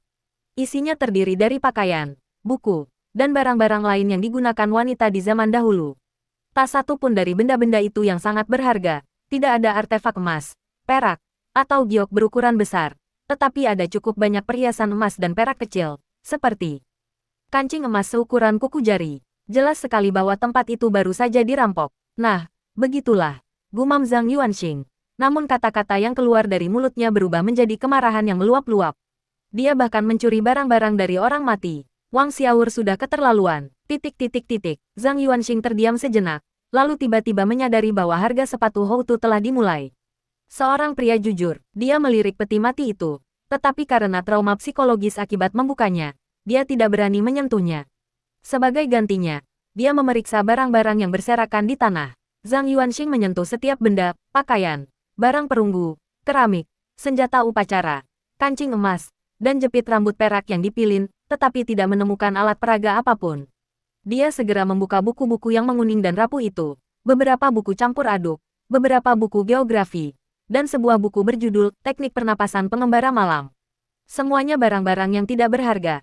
Cek, Wang Xiaour kebetulan membawa semua properti itu bersamanya. Meskipun ketiga properti itu terlihat berharga, kebetulan saja hanya ada 3 properti itu di makam. Sungguh kebetulan, pada saat itu, Zhang Yuanxing berseru, dan pandangannya tertuju pada teknik pernapasan pengembara malam. Dia tidak tertarik pada buku itu sendiri, melainkan pada apa yang tampak seperti sesuatu yang terselip di dalamnya. Setelah mengambil buku panduan dan memeriksanya, seseorang akan menemukan selembar perkamen yang terselip di dalamnya, berisi teks ritual. Dengan menemukan materi yang tercatat di perkamen tersebut dan melakukan upacara, seseorang dapat memohon kekuatan dari makhluk tertinggi di alam gaib. Dengan memegang perkamen itu selama beberapa detik, informasi tentang barang tersebut pun muncul. Nama, perkamen produksi massal, jenis, kulit, fungsi, pengorbanan, pendahuluan. Dengan melakukan pengorbanan sesuai dengan petunjuk yang tercatat di perkamen, seseorang dapat meminjam kekuatan dari makhluk tertinggi di alam gaib. Catatan, tidak ada biaya, selama bahan-bahan persembahan dapat dikumpulkan. Sungguh aneh, ini adalah pertama kalinya Zhang Yuanxing melihat benda seperti ini. Tidak, lebih tepatnya, ini adalah pertama kalinya ia bersentuhan dengan konsep berkorban kepada Tuhan Yang Maha Esa. Dia memberikan interpretasinya sendiri mengenai hal tersebut berdasarkan pemahamannya. Mendapatkan peningkatan tertentu melalui pengorbanan mirip dengan kemampuan tambahan dalam permainan. Aku hanya tidak tahu seberapa kuat peningkatan ini. Saat aku kembali ke kenyataan, aku akan mengumpulkan bahan-bahannya dan mencobanya. Lagi pula, tidak ada biaya, paling banyak hanya sedikit uang.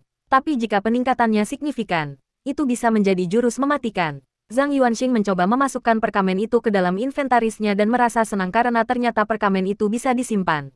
Aku sudah untung hanya dari perkamen ini. Pikirnya dengan ekspresi bersalah. Dia juga menjadi seorang perampok makam. Sesampainya di peti mati giok, dia meletakkan kedua tangannya di tutupnya, hendak mendorongnya hingga terbuka, ketika tiba-tiba informasi barang tersebut muncul di pandangannya. Nama, peti mati giok milenium. Tipe, peti mati. Fungsi, menutrisi dan menghangatkan tubuh. Pendahuluan, ini adalah artefak yang ditinggalkan oleh Dewi Gunung Sandao. Awalnya, artefak ini digunakan untuk menyimpan jasad fisiknya. Setelah Dewi Gunung Sandao meninggal, murid-murid awamnya memesan pembuatan peti mati batu untuk menggantikan peti mati giok. Catatan, Ini benar-benar kisah yang menyentuh hati tentang hubungan guru dan murid. Puff gelombang, Zhang Yuanxing tak kuasa menahan tawa. Orang tua itu memang terbaring di dalam peti mati batu, yang ia dorong sendiri hingga terbuka. Zhang Yuanxing berpikir dalam hati. Pantas saja ketika aku membuka peti mati wanita tua itu, bibirnya pucat, kulitnya kusam, dan dia tampak seperti tidak merawat dirinya sendiri. Tidak, tidak, bagaimana mungkin aku tertawa? Aku tidak seharusnya bersenang-senang atas hal seperti ini. Omong-omong, aku penasaran apa yang dirasakan Bang Zi tua ketika dia bangun dan mendapati dirinya terbaring di peti mati batu.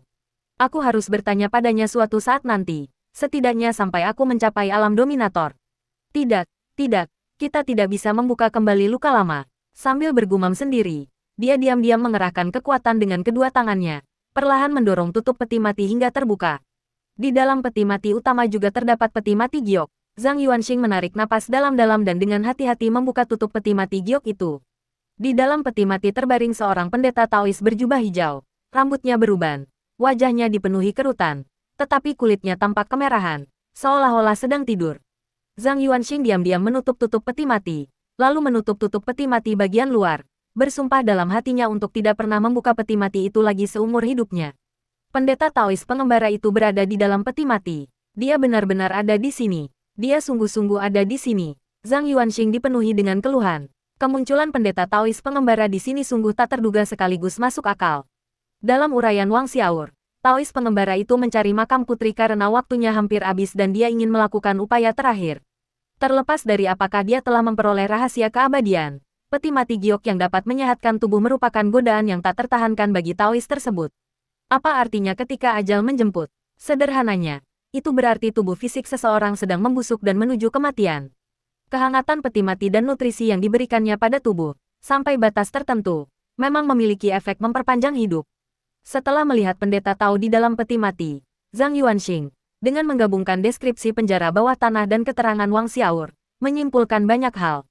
Urutan kejadiannya seharusnya sebagai berikut. Setelah menemukan makam kuno itu, pendeta Taois sangat gembira menemukan bahwa peti mati tersebut dapat memperlambat pembusukan tubuh fisik, dan ingin mengambil alih makam tersebut, tetapi dia juga waspada terhadap putri yang berada di dalamnya.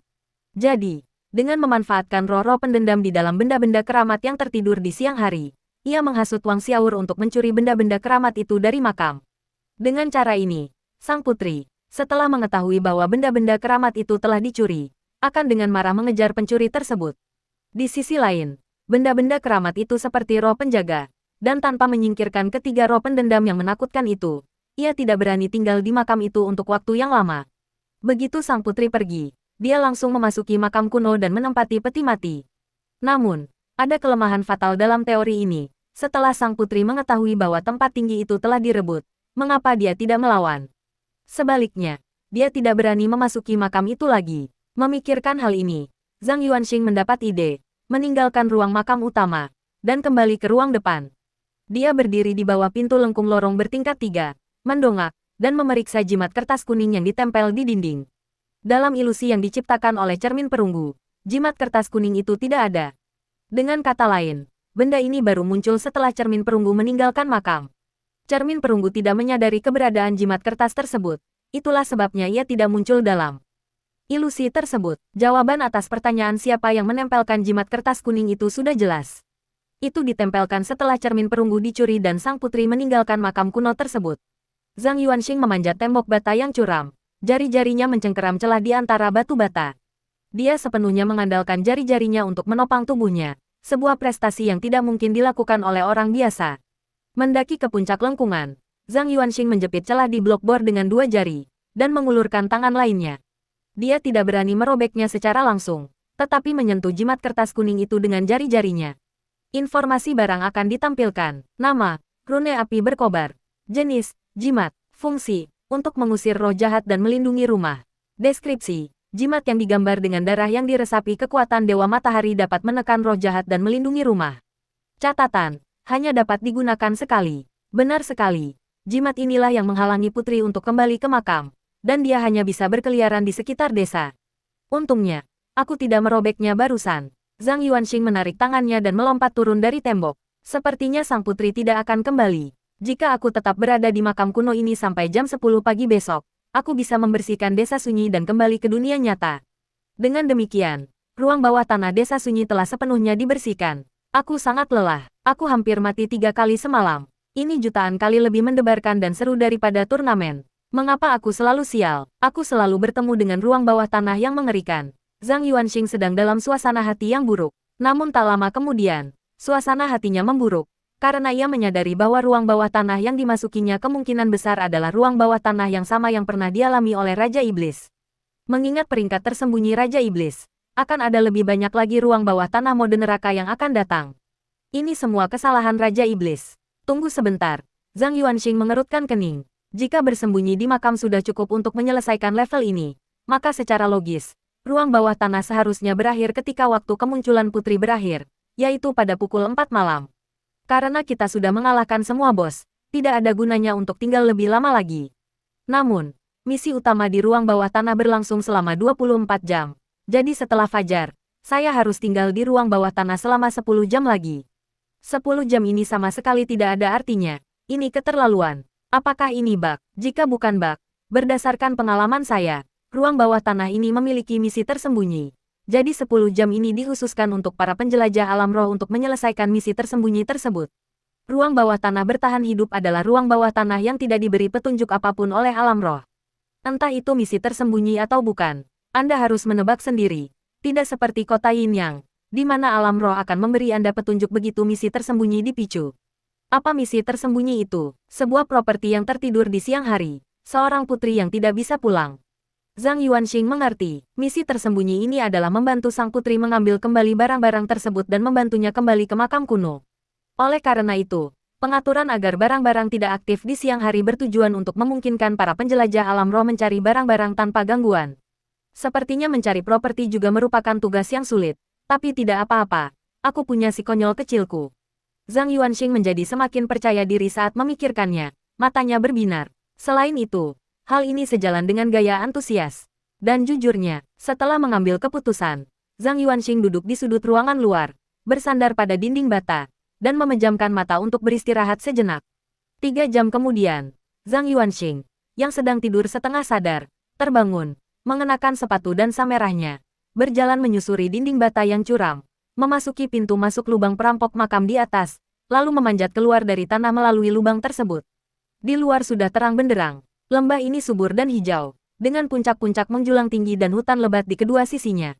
Zhang Yuanxing memanfaatkan sepenuhnya waktu yang dibutuhkan untuk mengenakan sepatu dan samerah, berjalan keluar dari pegunungan yang dalam, menari bersama mereka di luar desa, lalu memasuki desa.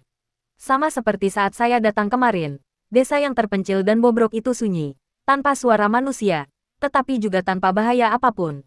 Zhang Yuanxing meludahi si idiot kecil itu dan memerintahkannya untuk pergi berburu harta karun. Si kecil nakal itu merangkak ke kaki pemiliknya, merentangkan lengannya yang pendek dan gemuk, memeluk betis Zhang Yuanxing, dan menggosokkan wajahnya yang bulat ke tubuhnya untuk menunjukkan kasih sayang. Setelah mengalami krisis semalam, dan dengan kebijaksanaannya yang perlahan terbangun, dia telah belajar untuk bersyukur. Si bocah nakal itu menggeliat-geliat dan merangkak ke depan untuk memimpin jalan, dengan Zhang Yuanxing mengikutinya perlahan. Tak lama kemudian, mereka menemukan korban pertama di sebuah gang kecil. Tubuh almarhum tergeletak kaku di tanah, seperti mayat yang membeku. Tidak ada luka luar yang terlihat jelas di tubuhnya, tetapi Zhang Yuanxing tampak sangat berduka. Roh yang bersemayam di dalam mayat itu telah hancur. Saat memurnikan jenazah Yin, langkah pertama adalah memungkinkan roh yang tersisa dari jenazah untuk terhubung kembali dengan tubuh fisik. Roh adalah fondasi dan inti dari jenazah. Tanpa tubuh roh yang hancur, mayat itu hanyalah cangkang kosong, yang pada dasarnya menjadi tidak berguna. Zhang Yuanxing berlutut di samping mayat dengan bunyi gedebuk dan bersujud dengan paksa. Saudaraku, kau mati untukku. Aku tak akan pernah melupakan kebaikan ini. Aku hanya bisa membalasnya di kehidupan selanjutnya. Beristirahatlah dengan tenang. Setelah bersujud, Zhang Yuanxing merasa ada yang tidak beres. Tetapi karena sifatnya yang jujur, dia tidak terlalu memikirkannya dan malah mengambil selaput kulit berbentuk manusia di samping mayat itu. Kulit manusia yang sempurna itu masih ada di sana. Kulit itu belum diambil oleh sang putri, dan telah terlepas dengan sendirinya dari mayat tersebut. Kaulah yang membuatku mengambil keputusan untuk mengorbankan saudara-saudaraku. Kau adalah ancaman. Aku akan menjualmu begitu kita keluar dari penjara bawah tanah. Zhang Yuanxing, dengan hati yang hancur, mengembalikannya ke inventarisnya lalu pergi ke halaman tempat tinggal Tuan Su, mengambil kotak perona pipi perak yang ada di atas meja. Selanjutnya, Kita perlu menemukan boneka hantu dan cermin perunggu. Bocah bodoh itu membawa Zhang Yuanxing berkeliling desa pegunungan yang bobrok, dan akhirnya kembali ke kediaman Wang Xiaor. Tubuh tanpa kepala lelaki tua itu masih tergeletak di pinggir jalan di luar halaman. Melihat roh bayi itu merangkak ke halaman tanpa ragu-ragu, Zhang Yuanxing mengangkat alisnya dan hendak bergegas mengikuti ketika tiba-tiba ia melihat mayat lelaki tua itu. Gelombang rasa bersalah dan kesedihan tiba-tiba muncul di hatiku tanpa alasan yang jelas. Dia berjalan ke tubuh lelaki tua itu, berlutut dengan bunyi gedebuk, dan bersujud 3 kali untuk menyampaikan permintaan maafnya. Lalu dia bangkit dan mengikuti si bodoh kecil itu ke ruangan dalam tempat terdapat sebuah peti mati. Roh bayi kecil itu berbaring di bawah peti mati, menepuk-nepuk tanah yang keras dengan tangan mungilnya, dan mengeluarkan suara aba-aba seperti anak kecil. Hati Zhang Yuanxing bergejolak, dan dia menghunus pedang haus darahnya. Ujungnya yang tajam menancap menembus tanah yang keras. Setelah memahat hingga kedalaman lebih dari 10 cm, ujung pisau tiba-tiba mengeluarkan suara ding, seolah-olah telah menembus sesuatu yang keras. Zhang Yuanxing mengulurkan tangan dan menyingkirkan lumpur, menampakkan tutup kotak besi di dalam lubang. Dia terus menggali, dan saat lubang semakin membesar, akhirnya dia menemukan kotak besi itu. Kotak besi itu panjangnya setengah meter, lebarnya 20 cm, dan tingginya 30 cm, dengan gembok tembaga yang tergantung di atasnya. Zhang Yuanxing dengan mudah mencukur gemboknya, membuka kotak itu, dan menemukan isinya penuh dengan artefak emas, perak, dan giok. Di bagian paling atas terdapat patung hitam tembus pandang seorang gadis kecil dengan telinga yang menonjol. Mulut gadis kecil itu terbuka, tetapi tidak ada lidah di dalamnya.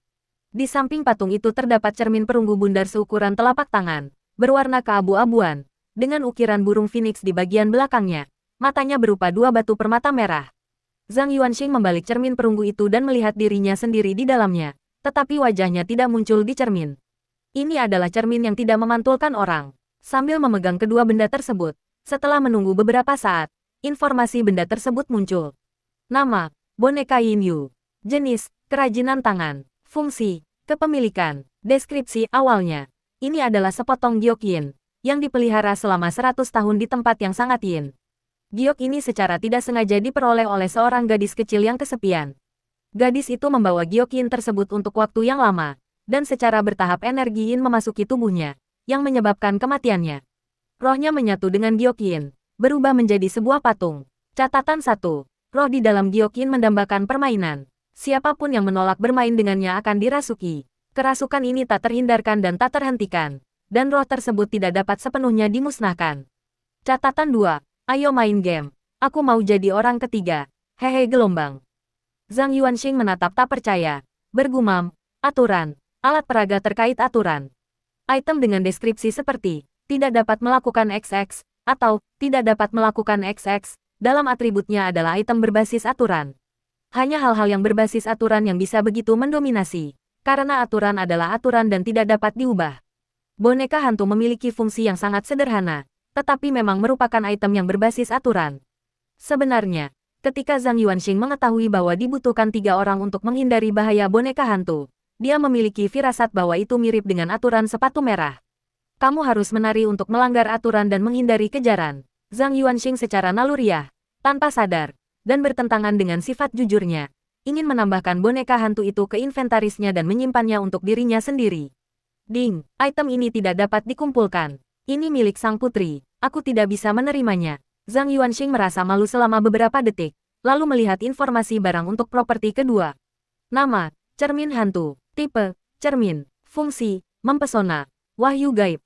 Pengantar, segala sesuatu di dunia ini dapat dipantulkan, kecuali hati manusia, yang sulit dipahami. Cermin hantu adalah alat yang dibuat oleh Putri Yinyao setelah ia berkeliling dunia selama 2 siklus 60 tahun, mengalami berbagai suka duka dan menyaksikan segala hal, serta menguasai seni sihir. Cermin ini dapat merekam apa yang dilihat dan didengarnya, menciptakan ilusi yang sulit dibedakan dari kenyataan. Catatan, sejak saat Anda menggunakannya, Anda akan menjadi seorang bijak yang hebat.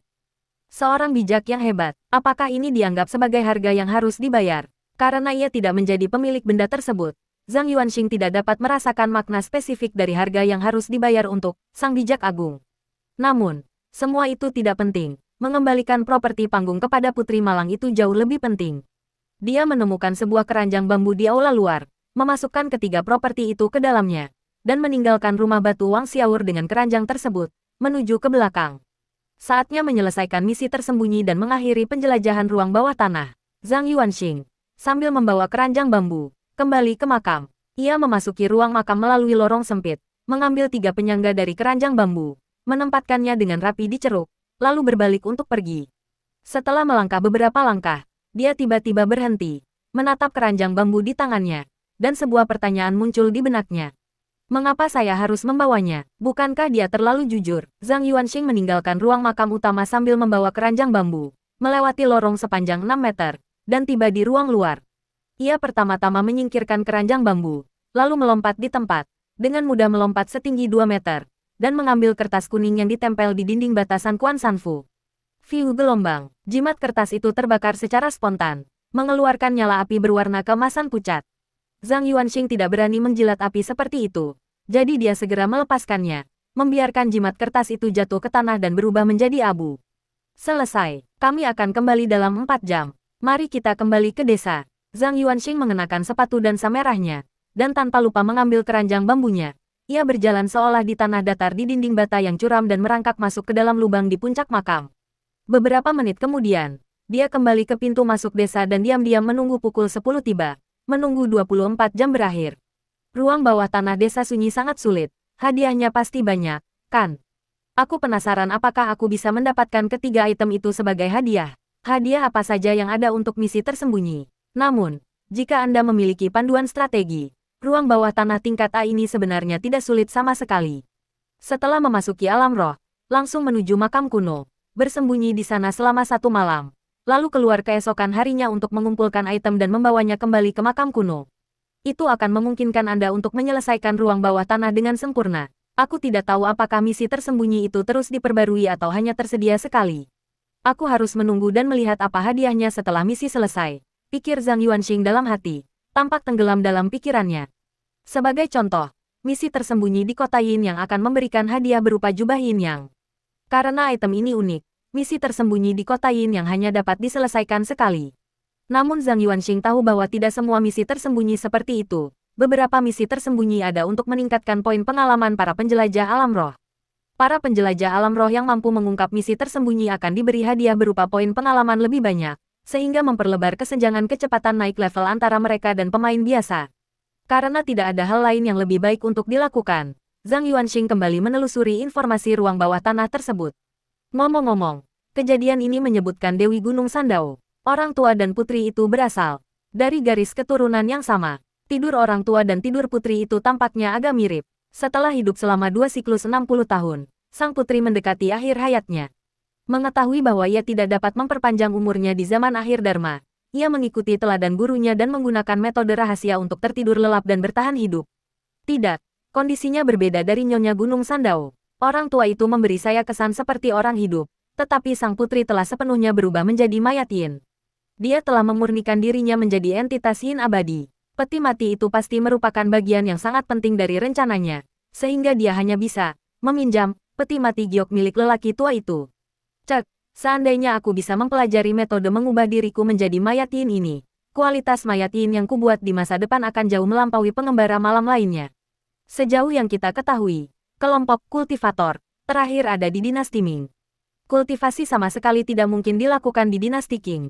Namun, latar belakang desa sunyi bukanlah dari dinasti Ming. Pendeta Taois pengembara ini kemungkinan besar adalah tokoh dari dinasti Ming. Jadi, dia sebenarnya telah hidup sangat lama. Akhirnya, setelah menunggu berjam-jam, aura tebal dan menyeramkan muncul dari kedalaman desa, menutupi matahari seperti asap tebal dan menenggelamkan siang hari kembali ke dalam kegelapan. Sang putri tiba dan menemukan bahwa jimat-jimat di makam kuno telah hancur dan akan segera kembali ke bawah tanah. Zhang Yuanxing menoleh dan melihat sekeliling, tiba-tiba menyadari bahwa energi Yin sedang menuju ke arahnya. Energi Yin yang luas dan menakutkan menerjang dari segala arah seperti gelombang pasang, menutupi sinar matahari yang redup. Di sisi lain jalan setapak, energi Yin itu menghilang, menampakkan seorang putri yang mengenakan gaun merah yang megah. Wajahnya cantik namun pucat, matanya dipenuhi warna hitam, dan pupilnya merah menyala seperti permata. Kedua pihak berdiri dalam konfrontasi tanpa suara, berjarak sekitar 10 meter. Saat ini, Zhang Yuanxing merasa seolah-olah ia kembali ke malam sebelumnya. Rasa takut yang kuat muncul di hatinya, dan betisnya kembali kram. Saat ia sedang mempertimbangkan apakah akan mengeluarkan pistol dan sarung tinjunya untuk membangkitkan keberaniannya, sang putri di kejauhan tiba-tiba mengangguk sedikit kepadanya. Secerca kelembutan terpancar dari matanya yang tajam. Segera setelah itu, energi Yin surut seperti air pasang, membawa sang putri bersamanya. Mereka sudah pergi. Zhang Yuanxing merasakan tubuhnya terasa ringan, dan otot betisnya kembali bergerak. Dia mengamati energi Yin yang surut dari desa, melayang menuju gunung di belakang seperti awan tebal yang rendah. Sekitar 10 menit kemudian, sebuah suara notifikasi dari alam spiritual terdengar di telinga saya. Ding, selamat atas penyelesaian misi alam roh Solo, Desa Shibisu. ID, 1018, tingkat kesulitan A. Hadiah sedang dihitung. Item properti yang diperoleh di pemukiman hadiah. Boneka Gyokyin replika, cermin hantu replika, perona pipi darah replika. Poin pengalaman hadiah, 25%. Misi utama selesai. Ding, selamat atas penyelesaian misi tersembunyi. Rasa terima kasih Putri Yin Yao. Hadiah sedang dihitung untukmu. Barang properti yang diperoleh. Boneka Gyokyin imitasi X3. Cermin hantu imitasi X3. Perona pipi darah imitasi X3. Poin pengalaman hadiah, 15%. Misi tersembunyi selesai. Ding, hadiah kartu karakter diaktifkan. Hadiah, kotak giok teleportasi. Penyelesaian selesai. Keluar dari alam roh dalam 5 menit. Detik berikutnya, bulan sabit hitam muncul di antara alisnya. Dan gelombang energi Yin yang kuat meledak dari bekas luka bakar itu, menyelimuti tubuhnya dengan kekuatan yang hampir tirani, menyatu ke setiap sel dan tulang. Suhu tubuhnya meningkat dengan cepat, kulitnya memerah seperti udang rebus. Dan ia mulai berkedut tanpa disadari, merasakan perubahan tingkat kehidupannya dan rekombinasi urutan gennya. Setelah demamnya mereda dan ia kembali normal, Zhang Yuanxing segera membuka panel atribut. Nama, Yuanxi Tianzun. Ras, manusia. Pekerjaan, pengembara malam. Level, 3. Keahlian, pengembara malam. Pemangsa jiwa. Roh Yin, raungan bulan. Pesona, jimat roh. Poin pengalaman, 58%. Peringkat moralitas, 2100. Poin reputasi, 40.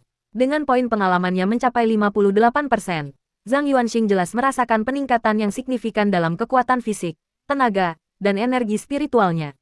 Kejadian ini memberinya peningkatan poin pengalaman sebesar 40%. Tanpa menggunakan item apapun, dia yakin bahwa dia dapat dengan mudah mengalahkan dirinya sendiri semenit yang lalu. Saat itu, ketika dia bertarung melawan Zhao Chenghuang dalam wujud iblisnya, dia masih berada dalam posisi yang kurang menguntungkan bahkan dengan bantuan sepatu dansa merah dan pedang perang.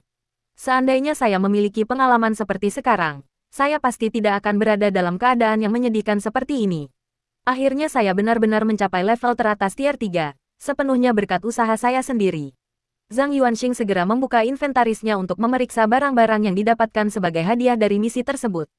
Informasi item untuk ketiga item Dungeon tersebut sebagian besar tetap tidak berubah. Tetapi tipenya telah diubah menjadi barang habis pakai, dan catatan tambahan telah ditambahkan. Meskipun palsu, daya tahannya sama dengan produk asli, yaitu selama 30 menit. Hadiah untuk menyelesaikan level adalah replika dari 3 item, yang masing-masing dapat digunakan sekali.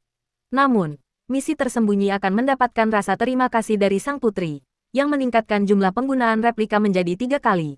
Dari perspektif ini, ketiga item tersebut merupakan krisis inti dari ruang bawah tanah, Desa Sunyi, yang merupakan bagian dari fondasi ruang bawah tanah tersebut, dan tidak dapat diberikan sebagai hadiah kepada pengembara alam roh. Misi tersembunyi juga akan diperbarui.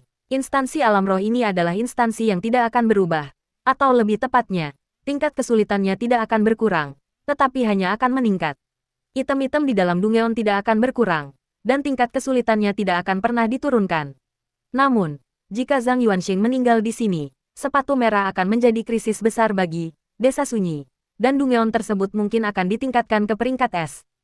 Meskipun Zhang Yuanxing agak kecewa karena tidak menerima barang asli, replika dari ketiga properti tersebut dapat digunakan sebanyak 9 kali, dan jika digabungkan dengan properti lain, dapat bertahan sangat lama. Ketiga item ini pasti akan sangat berguna di Dungeon pembunuhan, dan ketika aku naik ke alam Sein, aku bisa mendapatkan item alam Sein. Replika juga tidak apa-apa, itu sudah cukup. Zhang Yuanxing kemudian mengeluarkan barang yang diberikan sebagai hadiah dari kartu karakter tersebut, yaitu sebuah kotak giok yang panjangnya 10 cm dan lebarnya 5 cm. Pola yang terukir pada kotak tersebut secara samar menggambarkan lorong misterius yang terbentuk akibat runtuhnya ruang angkasa, dengan arus udara kacau yang tak terhitung jumlahnya berputar-putar di sekitar lorong tersebut. Informasi barang tersebut langsung muncul. Nama, kotak giok teleportasi. Jenis, giok. Fungsi, teleportasi. Pengantar, benda ini berasal dari seorang pencuri tanpa nama yang melakukan kejahatan tak terhitung jumlahnya sepanjang hidupnya, sehingga memiliki musuh di seluruh dunia. Namun, kemampuannya yang sulit ditangkap membuat musuh-musuhnya tak berdaya, sehingga mereka mengalihkan perhatian mereka kepada kerabat dan teman-temannya. Untuk memungkinkan keluarga dan teman-temannya melarikan diri jika mereka terlibat, pencuri itu menciptakan benda ini. Setiap 30 hari, kotak giok akan menghasilkan jimat giok teleportasi, dan jumlah jimat dapat ditumpuk. Catatan, Anda dapat menghancurkan jimat giok untuk berteleportasi ke tempat manapun yang pernah Anda kunjungi, tetapi perlu diingat bahwa Anda akan berteleportasi secara acak setiap 3 kali percobaan. Setelah membaca informasi barang tersebut, pikiran pertama Zhang Yuanxing adalah, astaga, benda ini luar biasa. Ini adalah artefak penyelamat nyawa. Pikiran kedua saya adalah, astaga, saya tahu apa yang dilakukan Raja Iblis pada putri. Sebelumnya, ia merasa aneh bahwa seorang Raja Iblis di tingkat transenden, mengingat level sang putri, hanya sedikit lebih kuat dari seekor semut. Jadi bagaimana mungkin ia melakukan sesuatu yang akan membuat sang putri marah? Setelah melihat properti ini, Zhang Yuanxing tiba-tiba mengerti. Raja Iblis itu pasti kembali menggunakan jimat teleportasi setelahnya. Pada saat itu, dia pasti sudah menjadi seorang santo. Sambil berpikir demikian, Zhang Yuanxing menepuk-nepuk speaker Elvis di sakunya dan bergumam. Malam ini aku akan mendengarkan Raja Iblis dan Putri. Tepat setelah mengambil foto pengeras suara Elvis, tangan Zhang Yuanxing tiba-tiba membeku. Sekarang aku tahu mengapa Kakak Bing menaruh pengeras suara Elvis di taman hiburan Jinsui. Prajurit itu tahu dia akan memasuki taman hiburan Jinsui karena tempat-tempat yang dia masuki adalah tempat-tempat yang pernah dimasuki Raja Iblis. Zhang Yuanxing sudah mengetahui hal ini sejak lama. Tetapi yang tidak dia ketahui adalah bagaimana Bing Ge berhasil menyimpan pengeras suara Elvis di taman hiburan Jinsui. Ini adalah jimat giok teleportasi. Prajurit dan Raja Iblis itu kemungkinan bertemu saat bekerja sama di taman hiburan Jinsui, dan kemudian menemukan bahwa mereka berdua adalah pelayan hakim mata jahat, sehingga mereka diam-diam tetap berhubungan. Hanya dengan cara ini kita dapat menjelaskan bagaimana Bing Ge tahu dia akan memasuki taman hiburan Jinsui, namun tetap berhasil menyimpan pengeras suara Elvis di sana. Sebagai sekutu Raja Iblis, wajar jika dia memiliki 1 atau 2 jimat giok teleportasi. Suatu hari nanti aku bisa kembali ke desa bisu dan meminta izin kepada putri untuk meminjam beberapa properti atau semacamnya. Aku juga bisa kembali ke taman hiburan Jinsui dan menemui pengantin hantu. Apa arti dari kemampuan untuk kembali ke instance tersebut? Zhang Yuanxing belum pernah mendengar ada pengembara alam roh yang mampu kembali ke tempat tersebut. Jadi meskipun dia melewatkan misi tersembunyi di masa mendatang, dia dapat kembali untuk mengambilnya. Mengapa Raja Iblis tidak kembali untuk mengambil jubah yin yang saat itu? Yah, dia mungkin sudah berada di alam suci, atau bahkan puncak alam suci. Jadi dia mungkin tidak akan repot-repot mengurus jubah yin yang. Pada saat itu, hitungan mundur berakhir, dan desa yang sunyi dan bobrok itu bergelombang seperti air. Biro Keamanan Umum Distrik Kangyang, Li Dongs, sambil bersandar pada tongkatnya, tiba di area kantor dan bertanya. Guan Ya, apakah Yuanxi sudah kembali? Guan Ya, sambil memegang ponselnya, mengangkatnya dan berkata dengan suara berat, sudah mati. Li Dongs mengerutkan kening, sudah 24 jam, seharusnya mereka sudah kembali sekarang. Guan Ya tampak khawatir, karena ucapan Yinji, mereka yang awalnya penuh percaya diri, menjadi tegang sejak kemarin pagi, dan semakin mendekati 24 jam, semakin gugup mereka. Sangat tidak mungkin untuk bekerja secara normal menonton film dan acara TV. Selain itu, desas-desus tentang pengorbanan Yuanxi Tianzun yang akan segera terjadi semakin gencar di forum resmi, terutama karena semua orang menyebarkan rumor bahwa Raja Iblis dan pemimpin sekte Tai mengatakan bahwa desa sunyi adalah jebakan maut.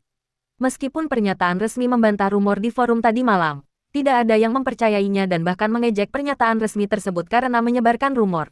Setelah memenangkan turnamen, ketenaran Yuanxi mencapai puncaknya, seperti minyak di atas api yang panas, sehingga berita tersebut menarik banyak perhatian. Pagi ini, Guan Ya melihat seseorang di forum mengatakan bahwa mereka telah menemukan bahwa organisasi jahat itu hanya menunggu waktu yang tepat untuk merayakan kemenangan. Tentu saja, Guan Ya hanya menganggap klaim bahwa organisasi jahat telah menyiapkan anggur dan makanan mewah untuk menyambut kematian Yuanxi Tianzun di alam roh sebagai lelucon. Namun, organisasi jahat itu pasti telah menunggu hasilnya dan sangat berharap Yuanxi akan mati di alam roh. Lagi pula, sebagai juara arena, Yuanxi, sampai batas tertentu, sudah menjadi tokoh terkemuka di panggung luar biasa di antara profesi-profesi yang berprinsip hukum. Begitu tipe pemain seperti ini berkembang, dia mungkin akan menjadi Fuking yang berikutnya. Li Dongs berkata dengan suara berat, Guan Ya, tetaplah berhubungan. Jika kita masih belum bisa menghubungi Yuan Shi sampai pukul 12.30, aku akan segera memberi tahu perwira. Kita mungkin perlu mengadakan pertemuan saat itu. Pertemuan itu, tentu saja, membahas tentang kembalinya Yuan Shi Tianzun dengan sukses, dan mengatur seseorang untuk menyamar sebagai Yuan Shi Tianzun. Mengingat ketenaran dan status Yuan Shi saat ini, jika dia benar-benar meninggal di alam roh, itu akan jauh lebih serius daripada sekadar mengeluarkan pengumuman. Ini adalah krisis hubungan masyarakat. Meskipun Li Dong sangat percaya pada Yuan Shi, sebagai seorang pemimpin yang matang, ia perlu sepenuhnya siap menghadapi keadaan yang tidak terduga, termasuk persiapan psikologis. Pada saat itu, Wang Tai berkata, itu keterlaluan. Fakta bahwa Raja Iblis hampir mati bukan berarti sang primordial pasti akan mati. Mengesampingkan faktor-faktor seperti kekuatan tempur dan peralatan, Raja Iblis bukanlah sosok yang maha kuasa. Krisis yang membuatnya tak berdaya mungkin merupakan bidang yang bukan keahliannya, tetapi bagi orang lain mungkin sesederhana akal sehat. Kekhawatiranmu beralasan, tetapi tidak perlu terlalu panik. Mengatakan bahwa jika Raja Iblis menganggap sebuah ruang bawah tanah pasti mematikan, maka yang mulia surgawi primordial sama sekali tidak dapat melewatinya adalah hal yang tidak masuk akal dan menunjukkan kurangnya kecerdasan. Guan Ya dan Li Dongs terkejut, berpikir dalam hati bahwa jarang sekali Wang Tai berinisiatif mengatakan hal sebanyak itu. Meskipun mungkin, tapi, Wang Tai, apa yang kau katakan sangat masuk akal. Guan Ya berkata dengan datar, tapi kita tidak mengatakan kalimat terakhir itu. Dengan rambut acak-acakan dan tatapan sedikit linglung, Wang Tai mengeluarkan suara, oh. Ini adalah kata-kata beberapa pejuang keyboard tak berotak di forum, dan aku tidak bisa membantah mereka. Jadi aku melampiaskannya pada kalian berdua. Siapa yang memberimu keberanian seperti itu? Para pejuang keyboard itu. Guan Ya dan Li Dongs menatapnya tanpa ekspresi. Zhang Yuanxing melihat kembali kamar tidur yang familiar itu, dan sedang memegang sebuah kotak giok kecil di tangannya. Dia kembali. Tanpa sadar dia menatap pintu kamar tidur, yang terbuka. Zhang Yuanxing ingat bahwa dia telah menutup pintu dengan jelas ketika memasuki alam spiritual. Semua pintu yang tadinya terkunci kini telah dibuka. Dia sudah pergi selama 24 jam. Keluarganya pasti sangat cemas. Zhang Yuanxing berpikir sejenak, tetapi tidak dapat menemukan alasan yang tepat untuk dijadikan dalih. Meskipun sudah dewasa, dia masih seorang pelajar. Hal sepele apa yang bisa dilakukan seorang pelajar sehingga membuatnya jauh dari rumah selama 24 jam? Itu mungkin berarti aku tidak punya pilihan lain selain memesan kamar hotel bersama pacarku. Namun, aku tidak punya pacar. Zhang Yuanxing mengeluh dalam hati sambil mengangkat teleponnya, hanya untuk mendapati bahwa teleponnya mati karena baterai lemah. Dia mencolokkan ponselnya ke pengisi daya dan kembali memperhatikan properti tersebut. Dia membuka kotak giok. Di dalamnya terdapat 3 jimat giok kecil. 3. Itu bertepatan dengan waktu kematian Raja Iblis. Kartu karakter Zhang Yuanxing diperoleh pada bulan April tahun ini, yang berarti lebih dari 2 bulan yang lalu. Oleh karena itu, Raja Iblis pasti sudah mati lebih dari jangka waktu tersebut. Kotak giok itu menghasilkan 1 jimat giok setiap bulan, dan ada 3 jimat di dalam kotak tersebut. Jumlah jimat giok tersebut sesuai dengan waktu kematian Raja Iblis. Luangkan waktu untuk menggunakan jimat giok untuk menguji efeknya. Tidak perlu mengujinya di kehidupan nyata. Cobalah kembali ke instance alam roh. Dari alam roh yang pernah kukunjungi. Tidak perlu kembali ke kota Yin Yang. Pilih salah satu antara taman hiburan Jinsui dan kuil Dewa Gunung. Serius, bisakah benda ini benar-benar memindahkanmu ke tempat-tempat yang pernah kau kunjungi sebelumnya? Apa yang akan terjadi jika aku ingin kembali ke rahim ibuku? Zhang Yuanxing hanya memikirkannya begitu saja dan tidak berniat untuk mewujudkannya. Lagi pula, dia sudah berusia 21 tahun dan bukan lagi bayi seberat 4 atau 5 pon. Jika dia benar-benar kembali ke rahim ibunya mungkin akan langsung meninggal di tempat. Dia menyimpan kotak giok teleportasi, melepas pakaian dan celananya yang kotor dan compang camping, lalu pergi ke ruang tamu hanya mengenakan celana boxer, kemudian masuk ke kamar mandi. Di tengah percikan air, pikiran Zhang Yuanxing melayang tinggi. Jika nenek tidak ada di rumah pada jam segini, pasti dia pergi belanja bahan makanan.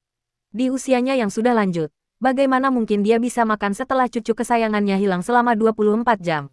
Setelah mandi dan berganti pakaian dengan kemeja lengan pendek dan celana olahraga yang bersih, Zhang Yuanxing mencabut kabel teleponnya, berjalan melewati ruang tamu, membuka pintu pengaman, dan menuju ke restoran kelas atas di luar kompleks perumahan untuk menikmati hidangan andalannya, ayam rebus.